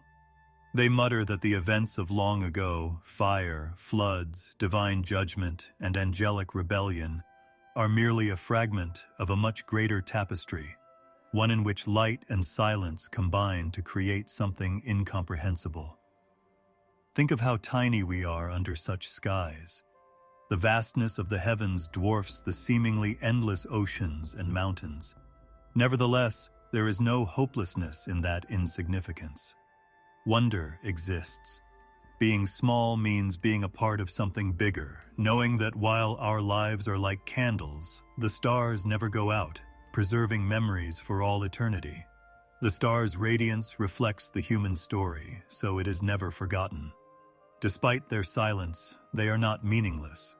Like ancient guardians observing without condemnation, they bear the burden of everything that has happened. It is understandable why they have always captivated people. Alone in the fields, shepherds raised their gazes and experienced the solace of companionship. Restless in their palaces, kings sought omens from the heavens. Children discovered tales of heroes and beasts while they were lying on their backs in peaceful meadows. In addition to being lights, prophets who were given visions saw the stars as portents of impending events, such as battles in heaven, dragons descending, and a new sky rising to replace the previous one. All of this is contained within the stars because our dreams are made possible by their silence, not because they speak. It feels like rest at the end of a long journey to return to the stars after all the stories of rebellion and ruin. The battles end, the storms pass, and the stillness of the sky is all that is left. The stars are not in a rush. They're not afraid. They just are. In their radiance, one is reminded that the angels' revolt was but one awful moment in a vast ocean of time. The cries of nations, the anguish of giants, and Azazel's chains are all merely echoes against the vast silence of the sky. And there is serenity in that quiet, as if the stars themselves provide a place to rest for the tired. Even though there is no sound, there is a sort of music in the night. The sky is the canvas, the stars are the notes, and the darkness is the gentle interlude. Watching them is like listening to a lullaby that is too soft for the ears and instead speaks to the soul. Ever since the first light appeared in the emptiness, the same song has been playing. That light has never been extinguished. It waits for people who will stop long enough to notice it as it burns steadily and peacefully. And so, as always, the stars come back, bearing light without sound, memory without words. We are reminded that we are a part of something incalculable when we lie beneath them and feel eternity grazing the boundaries of time. Though they remain silent, their silence is rich in memory, history, and promise. Despite their inability to speak, they appear to whisper endlessly, softly, and gently. Everything is known, everything is remembered, and everything will be at peace. Even the most intelligent creatures can make mistakes. That is the subdued reality that permeates Azazel and the Watcher's tale. Despite their brilliance, strength, and divine mission, pride and desire pulled them down. Their decline was gradual rather than abrupt, akin to a star fading into obscurity. It demonstrates to us that temptation can reach any soul, no matter how lofty. However, this lesson is about hope as much as caution. Because if even angels can fall, then human struggles are not unusual or special. They share the same protracted process of decision-making, testing, and giving up. The narrative ends in silence rather than in rebellion or devastation. Images of silence following the flood, chains in the wilderness, and stars returning to their watch are not ones of unending punishment, but rather of equilibrium being restored. It hints that humility, not strength, conceit, or conquest, is the path to peace. Despite taking, teaching, and ruling in an attempt to elevate themselves, the Watchers ended up lower than the dust. The lesson is gentle but firm. Surrender, not pride, is the path to peace. It is simple to spot traces of the same difficulties in the world around us. Every day, weapons stronger than Azazel could have imagined are created. The celebration of vanity and the painting and polishing of beauty led to obsession. Like restless winds, desire and greed stir up rivalry, conflict, and emptiness in the world. Even though there is a lot going on in our world right now, the tale of the fallen ones serves as a timeless reminder that none of these activities can provide us with long-term peace. The desire for more than we are destined to contain is what destroyed them and can unnerve us. However, the lesson's other side is more subdued. When we let go, our own lives can return to peace, just as the earth was purified and the skies stayed steady. Giving up is a release, not a defeat.